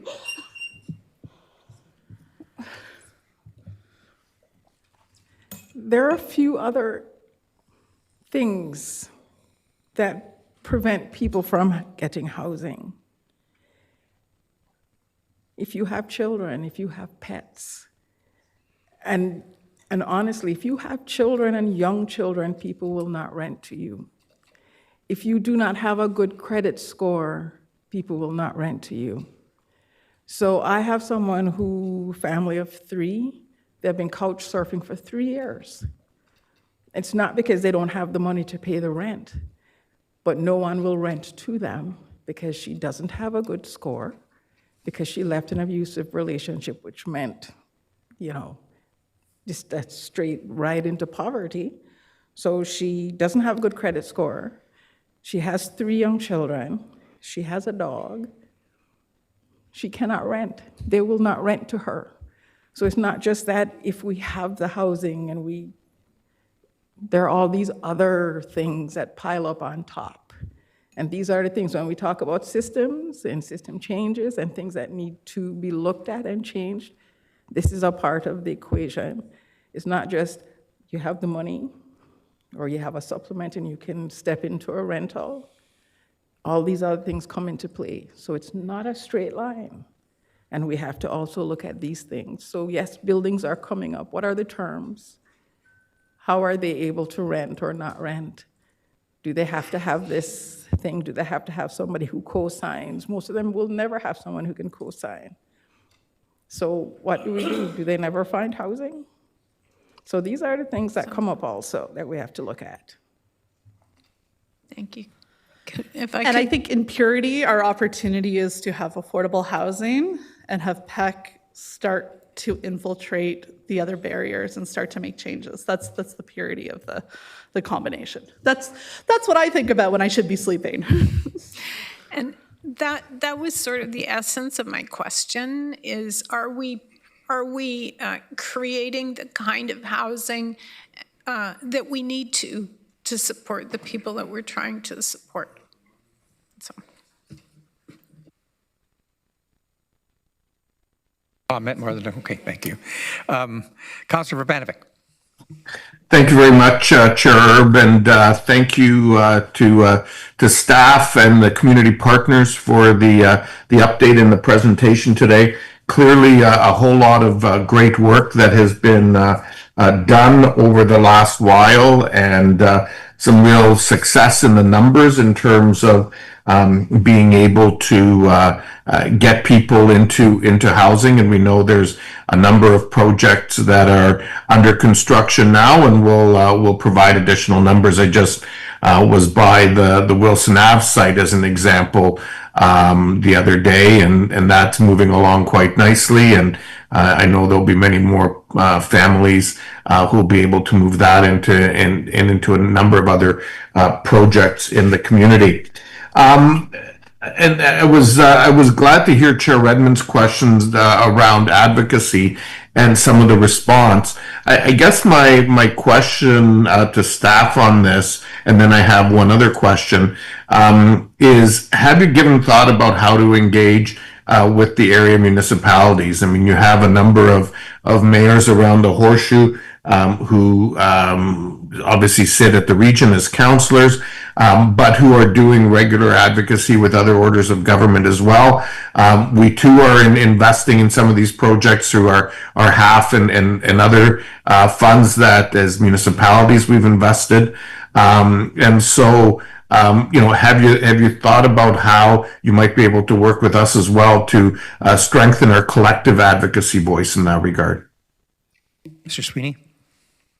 Thank you, Councillor. Yes, so we hold a housing and homelessness leads table with all of the area municipalities, and the conversations around, the practical on the ground realities of what we're trying to do together come up, and also what we can do collectively.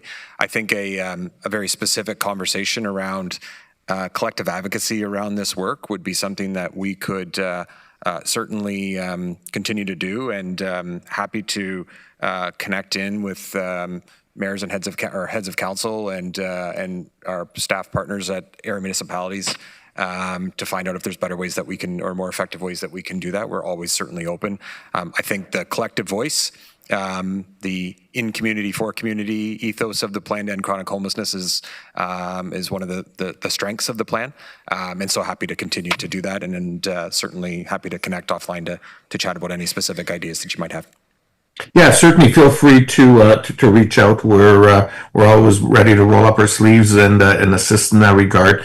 The other thing I want to touch on, and the report doesn't go into it a lot specifically, but I know it's something that residents ask about a lot. It's the issue of those who are sleeping in the rough, and whether we're talking about the most visible encampment, which is the one at Weber and Victoria, or others throughout the region. I know that's a thing that residents generally bring up the most with me, and how collectively as a community and as a society we're tackling it. I'm wondering, because this report doesn't speak a lot to it, I'm wondering if you can provide whatever updates you can, and I know you can't speak to some of it, but particularly as it relates to, how we're trying to support those who are sleeping in the rough, and some of the successes we've had to move them into more permanent supportive housing, because I think it's important that the community hears about that. Yeah, certainly. I'll take you back to the original comment around so far this year, 17 individuals moving directly from an experience of chronic homelessness into permanent housing. And so that, that's one every other day. And I know that, you reference it. There are visible examples of people sleeping outside in tenting, and a lot of folks that are not as visible as we know from the system. Maybe if I can, I'll just ask Chris again. I know we're cognizant of time. Chris's team supports the team that is actually out in the community working with folks in encampments across. So maybe Chris, just a real quick overview and some of the key points that we're working on and some of the successes and challenges that we have.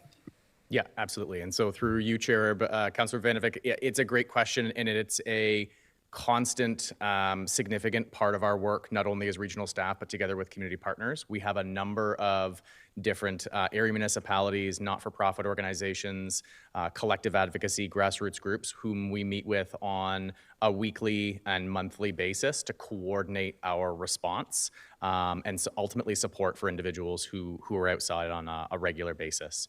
First and foremost, the goal is to meet them where they are at, both physically as well as from a human level, ask about goals, needs, and preferences, and support them to achieve those goals, housing needs and preferences. It looks like the work on a direct individual basis looks like getting and securing income, getting identification, getting on the housing wait lists so that they can be matched and prioritized for housing alongside other community members who are either experiencing homelessness or on the community housing wait list.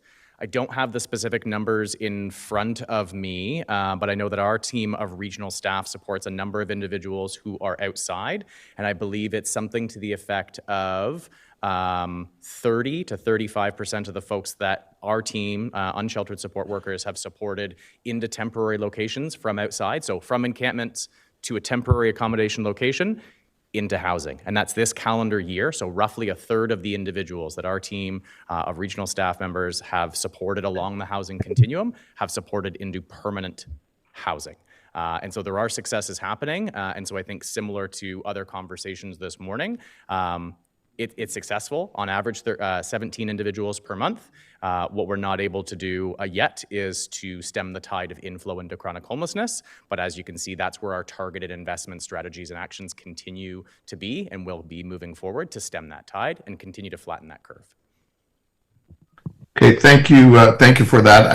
I just and I know we can't necessarily go into a lot of detail, but I will just say certainly appreciate all of the work that that staff is doing in this regard. I do know it continues to be an area of significant concern for the community, particularly in the neighborhoods around Weber Vic, and I just want to really emphasize as mayor of Kitchener that it is something that we really need to continue to prioritize and focus our efforts on to bring to a resolution as soon as possible.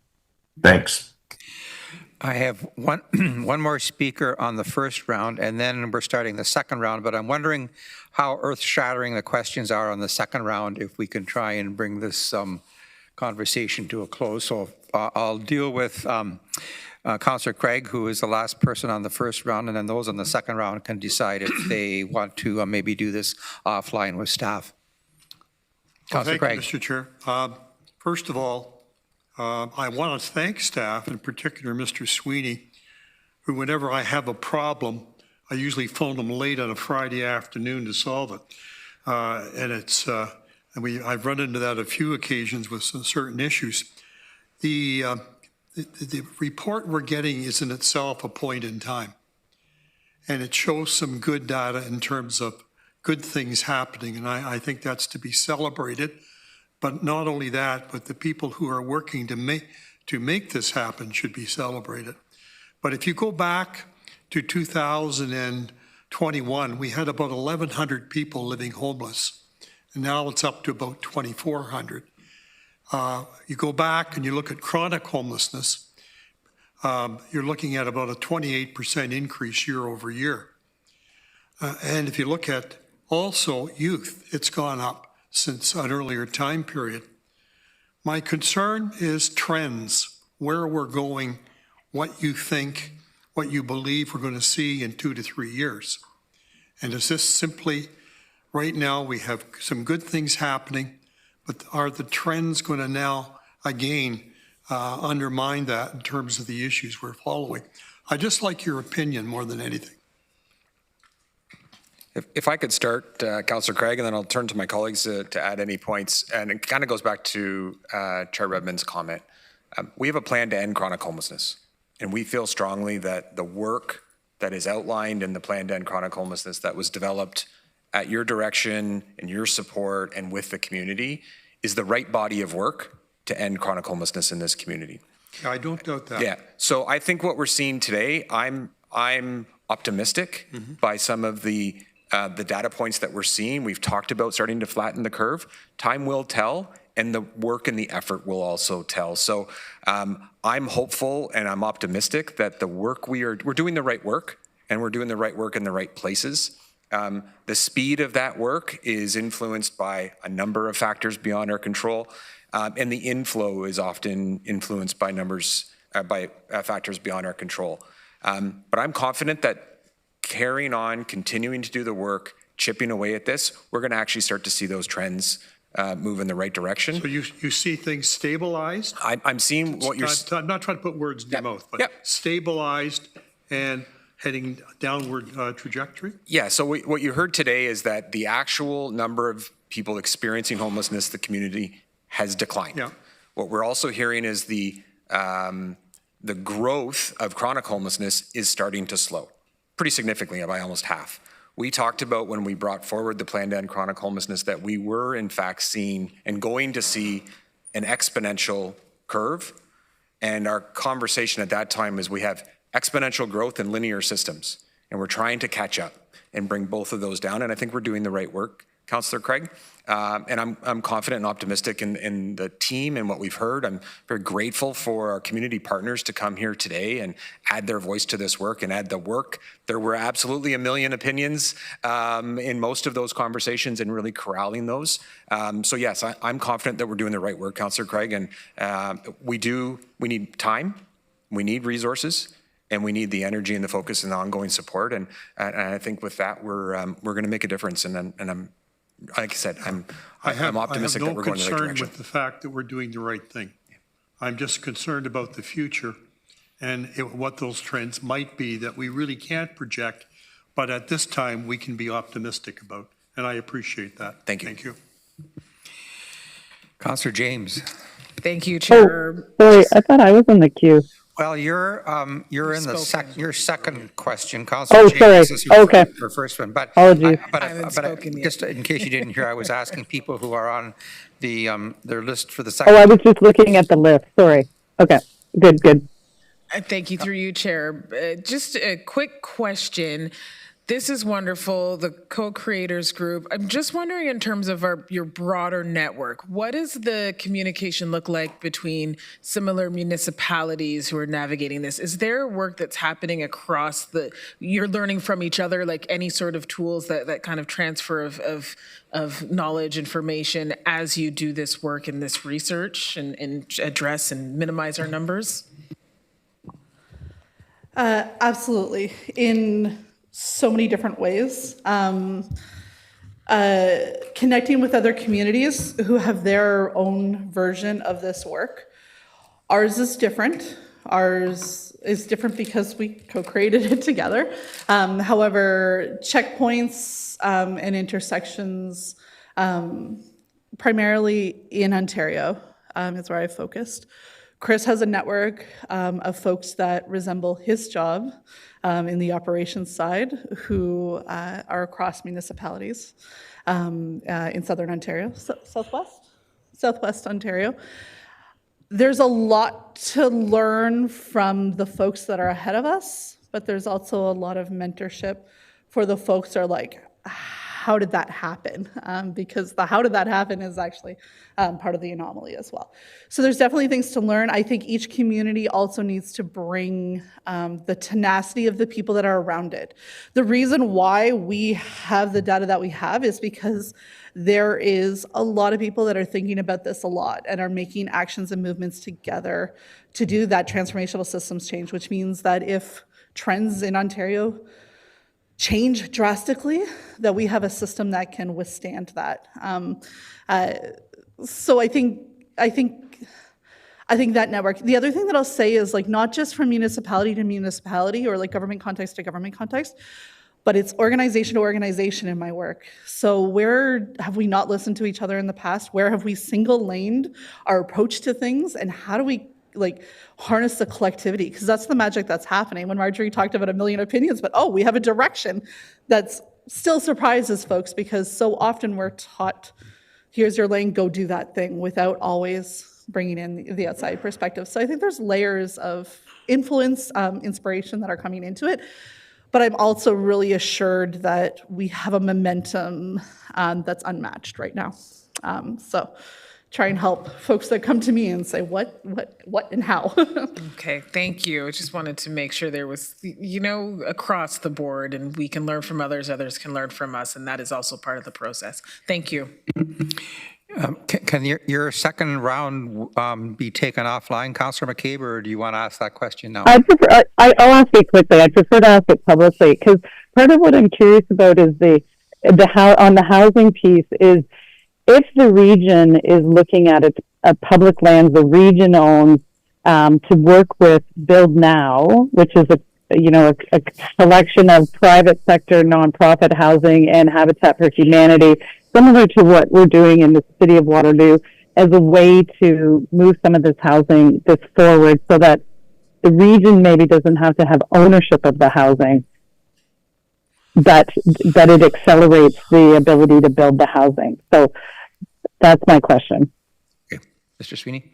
Thanks, Councillor McCabe. I will say yes, of course, our Waterloo Regional Housing Revitalization Plan and Building Better Futures is rooted in leveraging the land that the region already owns to accelerate housing. We're doing that. There's two new units or two new projects coming online later this fall in both Kitchener and Waterloo. And then we'll be coming back in November, December, or through the budget process, Councillor McCabe, to provide an update on the other opportunities that we have. We do have a Building Better Futures and a WRH revitalization plan that is also facing just some fiscal realities. And so we will come back and give council an update and some options to consider on how we can do exactly what it is that you're talking about. Okay, and I guess the point is because the region's putting a lot of money into this, and yes, we're seeing the outcomes, and it's the right thing to do. But I also think that nonprofits, co-ops, other housing organizations actually are owning and operating the housing is hopefully going to provide us some fiscal relief and be a potentially better way to go in terms of the building and operating of the housing going forward. So thank you for that. Yeah, if I can, just again, because you wanted to make sure you asked that question publicly. So there are approximately 6,000 affordable housing units across Waterloo Region, and half of those are owned and operated by nonprofits and co-ops. Okay, this has been a fulsome presentation, conversation, questions. Thank you very much. We know this is a big ship to turn around, and you're working at it and seeing results, and we're grateful for that. For some of us on council that were around the table in 21 when the Building Better Futures came before us, and the goal was to build 500 units a year for 5 years, and I think some of us thought that's pretty big goal, and we did it and we surpassed it. And so regardless of what the end date might be for this, we have the expertise and staff, we have the co-creators at the tables to make this work. So continue the good work. Thanks for what you're doing, and thanks for being here today.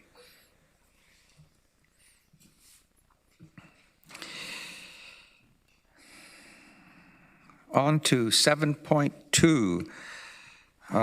Chief John Richards, you're still here with your colleagues. An exciting presentation for us that we've been waiting for, the Medical Priority Dispatch System. Chief Richards, you're on. Thank you very much.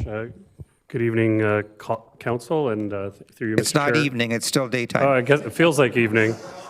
I was making a joke that maybe I should say we were on offload delay or something, but we're not. Just kidding. So I'm going to just give you a brief presentation on the fact that Medical Priority Dispatch System, or what we call in our vernacular MPDS, is going live on December 4th.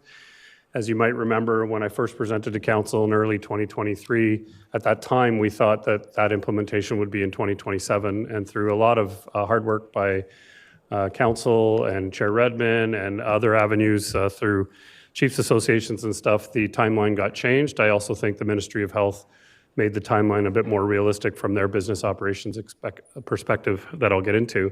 I would like to introduce Superintendent Chris Shuchuk, who's our project lead for MPDS. and paramedic communication specialist Jason Dipple, who runs all of our comms and public relations campaign, and their work is integral in kind of resetting the expectations of the public, which is why we're here today, because we're starting a communications campaign essentially effective today after this meeting. You can go to the next slide, please. So a couple real quick things to go over.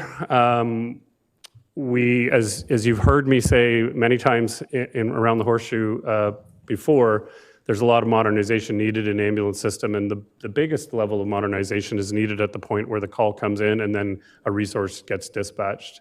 Council can continue to invest, and we want council to continue to invest in frontline resources to respond to calls. That's really, really important. But how we dispatch those resources to those calls is kind of the next big level of improvement that we need. And I may have made a joke previously, although it was true. I started in this business in 1995 and was told MPDS would come in by the year 2000. And here we are in 2025, and now it's less than 60 days away. So we're going to update you on that, and then also let you know about the implications of MPDS, because it doesn't come without some risk, which I'll share with you, and also future opportunities. Next slide, please. So I'm not going to spend too much time on this slide. If you've ever had to use 911 and required the services of a paramedic, you know that this is the way the system works. You call 911, it goes through the public safety answering point run by the Waterloo Regional Police, and then that call gets diverted to the Cambridge Central Ambulance Communications Centre, which is run by the Ministry of Health, fully funded and operated by them. And then our resource gets dispatched, our resource decides what to do with the patient, and then if we transport that patient, we go to hospital, and either we get reassigned to one of our community stations, or we get reassigned to another call, depending on call volume. So that's the components of a paramedic's response. If you can go to the next slide, please. One of the challenges, and I've commented on this publicly many times, and so have a lot of my chief colleagues across the province, is that the current system we use, which is called DPCI, or Dispatch Priority Card Index, really over-prioritizes calls. So 70% of the time right now, a paramedic resource is sent to a call in a lights and sirens response. But what we know is not 70% of the people that call 911 actually require a time-sensitive lights and sirens response to receive the care that they need. The challenge that creates is it means we're sending paramedics, endangering the public, I would argue, when we're lights and sirens response, because people don't know how to get out of our way, and many of you see that in the public. And we're getting to calls, and we find out that the patient at the other end is actually not as sick as the dispatch system thought the patient was. So you get somebody who does need health care. There's no question they need health care, but they could have probably waited for health care, in some cases, 20, 30, 40 minutes, or even hours when needed. And that results in us not using our resources effectively. Last month, this council approved our response time performance plan for 2026, and that includes getting to our highest acuity patients the fastest and getting to our lowest acuity patients at a lower response time, still making sure we're providing excellent care and service. And so this change from DPCI to MPDS is part of that. And it has a limited ability to separate the acuity of patients, and it frustrates our paramedics, to be quite honest. And it creates challenges with end-of-shift overtime. If everybody at the end of their shift is going on a lights and sirens call and can't be taken off that call to get off shift on time, that creates some labor relations challenges as well, and we want to take care of our staff, which becomes really important. So and there's only 2 priorities for an ambulance response. Next slide, please. The important about MPDS, and it's important to say that Ontario is one of the last jurisdictions in North America going to MPDS. It is predominantly all over the US. It is used in British Columbia. It is used in Alberta. It is used all over the UK. This is evidence-based, world-renowned. But in any case, you'll see the implementation dates there on the right. But on the left, the important thing really ultimately is about getting the right resource to the right patient to provide the right care and at the right time. And the other thing that we're really pleased about is that this system, compared to the new system, compared to the old system, is that there's a medical director involved who provides medical direction and evidence-based oversight of the system. So right now, what we will think a call that will come out as a code orange, which I'll get to in a minute, We may change that based on our data to say we need to make that now a code yellow, or we might need to make it a code red. Whereas the previous system was really hard to change those priorities. We knew there were patients we were going to super fast that we didn't need to go to super fast, but we couldn't change the system. And in this case, we'll be able to change those things, which is important. And then, as I already articulated, this will also help us manage some of our workload issues and end of shift overtime. Next slide, please. This slide gives you a really quick demonstration of the new system versus the old. You'll see the current system, we have two options in which to respond to calls, either a code 3 or a code 4. Code 4 is lights and sirens. Code 3 is deemed urgent with lights and sirens optional. I don't really know how that works for some of our paramedics because what do you mean it's optional? I get to choose? What are you talking about? We need protocols and systems in place. And the new system is a 5-priority system. So green all the way up to purple, purple being your highest acuity. So for council, what this means is your cardiac arrest patients, your patients in respiratory arrest, those types of things, your significant traumas. And then green can be patients who still need healthcare, called 911 to try and receive that healthcare, but can safely wait to receive that healthcare from us, which becomes really important as we manage the system. If you can move to the next slide, please. I've already mentioned that there are 5 priority levels. One of the things we're really pleased about with, and in talking with our colleagues at the Cambridge CAC, is that the ACOs, or the ambulance communication officers, are going through some robust training so that they can ask much more significant and detailed questions, which means that the output of the call-taking process results in better accuracy in terms of the distribution of resources and how to send resources to the calls. As I already mentioned, it's frequently reviewed and updated, and there's lots of good behind-the-scenes analytics and diagnostic tools which will help us run things much better. And also, for those of you who have to call 911, there's going to be much more robust pre-arrival instructions to callers when they call 911 about what to do while you're waiting for the paramedic resource to arrive. And then the other thing that I should point out, and it's not on the slide here, is this has resulted in a need to work with all of our local area fire departments to update the tiered response agreements with all the fire departments. And we had a really, really robust, good conversations with all the fire chiefs. A few of us went with the acting CEO, Matthew Gutsky, to the regional CAOs group and presented to the CAOs as well. And really pleased that those tiered response agreements are ready to go. We just need to get them all signed by the appropriate signing authorities. And what that will mean for local area fire departments is that they're going to the calls they should be going to that require their help or our help of them. Previously or currently, what happens is often they also get over-tiered to calls because of the old system. So sometimes you have, a fire truck with 5 firefighters on it, 2 ambulances going, and then we find out that this patient could have received care from a single paramedic, and that's all they needed. So it's about right-sizing the response, which we're really happy about. Next slide, please.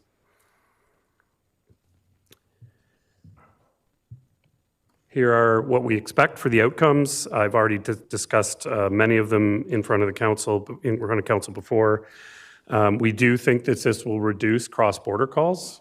For those of you that live in the townships, sometimes in some of our townships, it's Perth County coming to a call when we're really busy, or it's us going to a call in Perth County. And that's seamless. That will still continue because it is a seamless response system.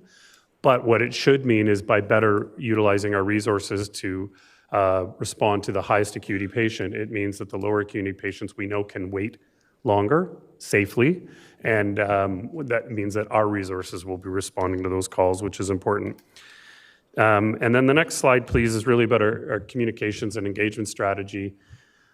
Beginning today, Jason and Audrey Reddy-Holt from Public Health and Paramedic Service Communications will start a communications campaign. This will include social media, digital communications, print media, and also we've offered our support to present to local area councils if needed. And the important about that is really what we want to do is start a conversation with the public about resetting expectations.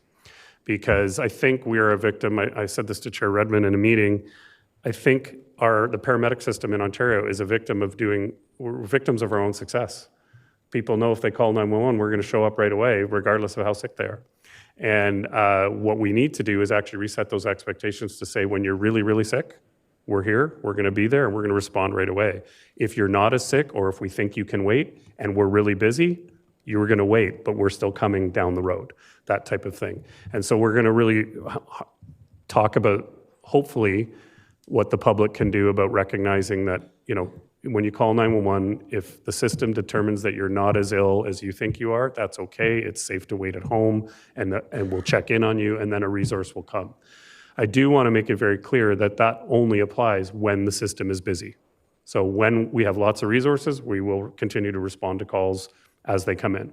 But when we're really, really busy, what we want to do is protect our resources so that we don't ever have a code zero again. That's the goal, right?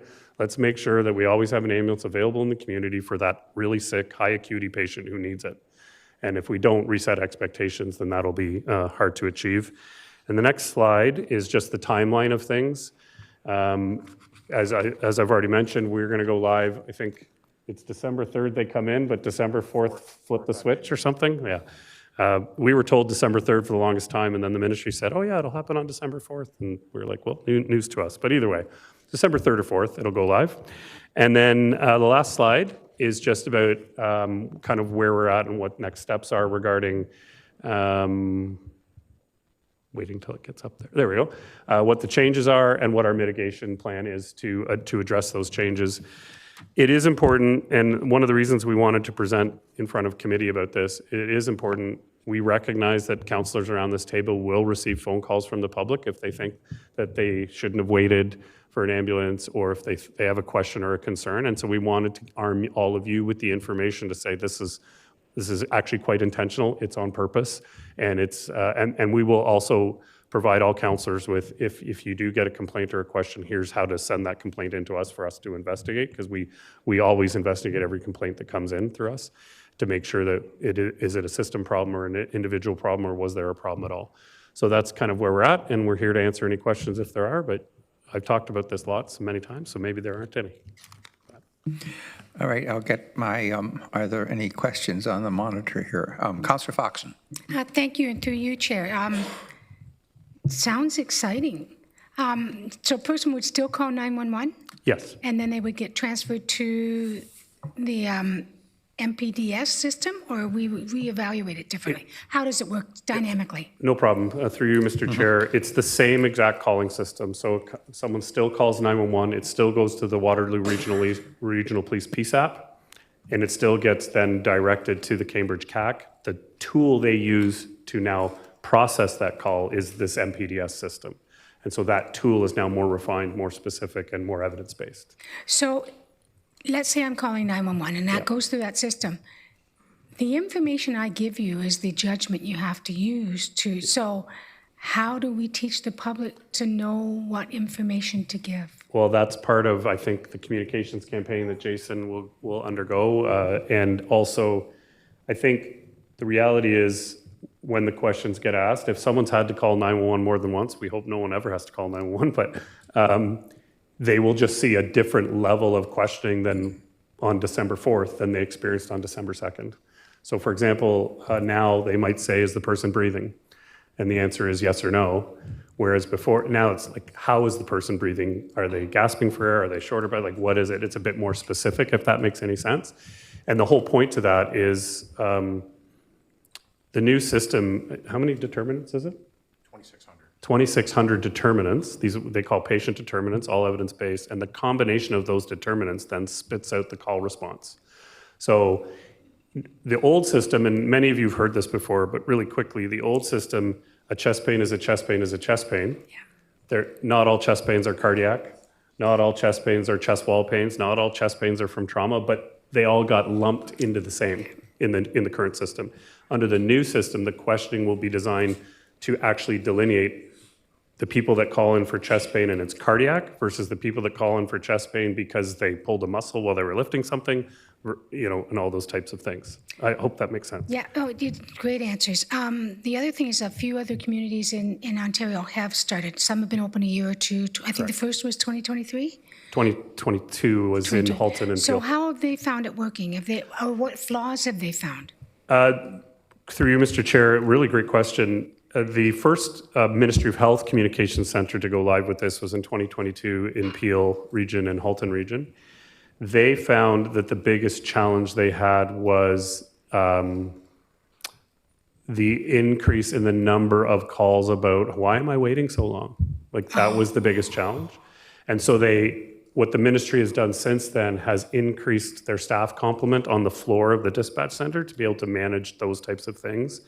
They've also, I think, strengthened having a number of ACOs or ambulance communication officers there so that once that call is now in the queue and a resource hasn't gotten there yet, there will be an ACO who calls back that person every 20 to 30 minutes to say, hey, it's ambulance, we're just making sure you're still okay, that type of thing. So that was probably the biggest thing. And then the other thing that my colleagues in Halton and Peel told me, one of their biggest lessons was about tiered response agreements. And so we're really pleased with where we've landed on tiered response agreements. Kudos to all of the fire chiefs in our region. They've been really, really helpful and collaborative in that, and we've all learned from others' experiences. I can tell you that we are Hamilton CAC, which does Brant County and those types of areas. They go live a month before us, then us, and then it proceeds out through the rest of the western part of the province. So there will be, to the east of us, they'll be on the same system as us. To the west of us, there'll be some time where they're on the old system, but there's mitigation strategies to make sure that those communication centers can speak to each other. Thank you. It's exciting. Long overdue. Councillor Salonen. Thank you, through you, Chair. Thank you very much for the presentation and for the continued work. I guess I'm just wondering, and it might also apply to cities, but from a rural perspective, and I know that I've mentioned this before, we know anecdotally that people choose not to call 911 because they think that they can get to a hospital sooner to get care. I guess I'm curious, in the communications plan, now people making assumptions potentially about not getting access as quickly. And again, when somebody's having an emergency that they need to call 911, we can appreciate that they think that they're the most critical at that moment in time, even though, as you've expressed, there is prioritization that has to happen. So I guess just wondering, in the comms plan, how are we going to address that so that we don't have people driving to the hospital that shouldn't be and should be relying on calling 911 in your services? Through you, Mr. Chair, great question. Thank you for posing it. I think that there's a couple of elements there. One is, I think we can communicate a broad change to public, regardless of where they live, about the fact that if you're really, really sick, you're not going to have to wait, but if you aren't really sick, you may have to wait. I think that's important to level set. But then we can engage with our rural townships and some of those community service providers about making sure that they know that if they're really, really sick, they should still call 911. We don't want anybody who's having a heart attack to drive to the hospital. That has got risk written all over it, and also it's just not good for the patients. But at the same time, there are, and I've said before to council, we do approximately 65,000 calls a year, and it would probably be surprising to many people around here that the reasons that people call 911 for our services that are not acute healthcare needs, right? And so I think we'll find a balancing act, and I know Jason is planning to address that in some of his public relations work, but it is a balance. Do we want people to drive who shouldn't drive because their healthcare need makes them a risky driver? Of course not. But there are times where maybe a different way to get to the hospital or to get your healthcare is appropriate at the same time. So. Councillor Unick. Thank you, Chair. Chief Richards, I'm sorry that I wasn't here for the bulk of your presentation. I'm really glad that it's coming. I think this relieves a lot of stress for people who know they need support, but know that they don't need support imminently and don't want to take it away from people who would. I'm just wondering, though, is there a risk of people making themselves sound sicker than they are so that they get service faster on the new coding system? And if they do that, what will the repercussions be? Well, that's thank you for your question, and through you, Mr. Chair.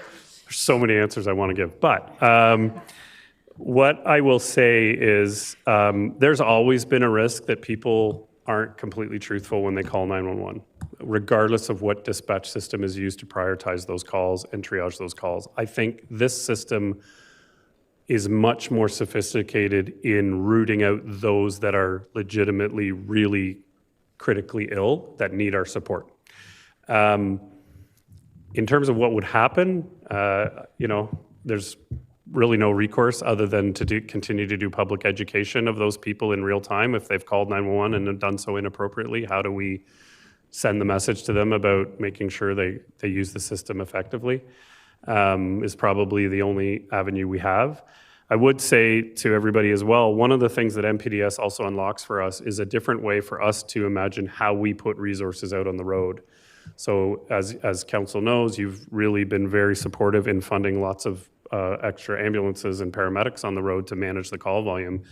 But one of the things we're turning our head to is what if we expand our single medic response unit program, which comes at arguably half the cost of an ambulance because it's one paramedic, not two, and it's a SUV, not an ambulance. And how do those resources get used to go to 911 calls that we know might not require an ambulance transport to begin with? And so it's a much more cost-effective way to respond to the call. So it unlocks some of those potentials as well. Great. The current system didn't really allow for that. Great, thank you. I don't see any other questions. I do have one. The people that will be answering or eventually answering the phone and determining some of the symptoms, like, are they going to be receiving different kind of training because they're going to be asking different kinds of questions, or it might be more sophisticated in terms of, you know, clinical, medical stuff?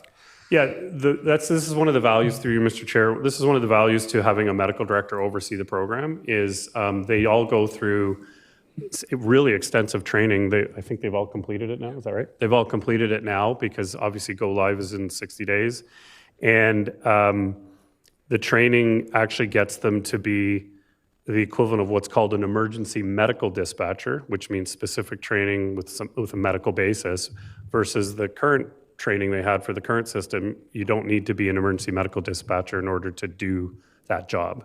And so it's a much more sophisticated training and a much more sophisticated system they're using. And we expect really great results from those people. They're called ambulance communication officers, and they work directly for the Ministry of Health in our context. So they are at the Cambridge Centre on Reuters Drive. Unfortunately, they don't report to us. So, thank you. Well, that's the extent of the questions. Thanks for the presentations. Thanks for advocating to make this happen, and good luck as it unfolds. Thank you. Appreciate your time today. Thank you. Item number 8, the committee tracking list is for council's information. Is there any other business under number 9? Councillor Craig. Mr. Chair, I'm just wondering at a point later in the fall, if we could have an update about the addiction issues in the region. We've talked before about the fact that the safe injection sites have been shut down, heart hubs have come in, and I'm interested in what we're seeing in terms of improvements, the number of overdose deaths hopefully going down, the number of ambulance calls, just to sort of encapsulate a report like that later in the fall. Is that something that we can expect from public health at,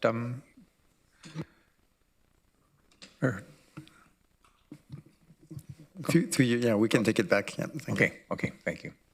Okay, thank you. Any other business? Our next meeting is on November the 4th. I'd like to now have a mover and a seconder to move into closed. Councillor Fox and Councillor Rodriguez. Could you please use your e-scribe icons to indicate your support?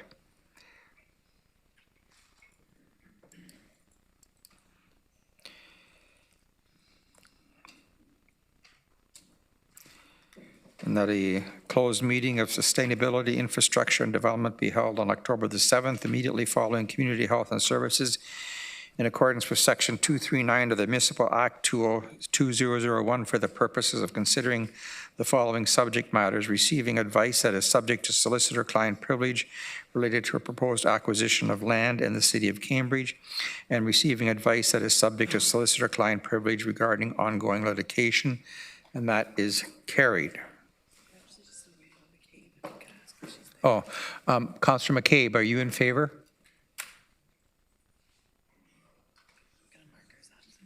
Pardon? Okay. Well, mark you as absent for this part. Now I'd like to entertain a motion to adjourn, moved by Councillor Gowing, seconded by Councillor Nowak. Use your e-scribe icon to indicate your support.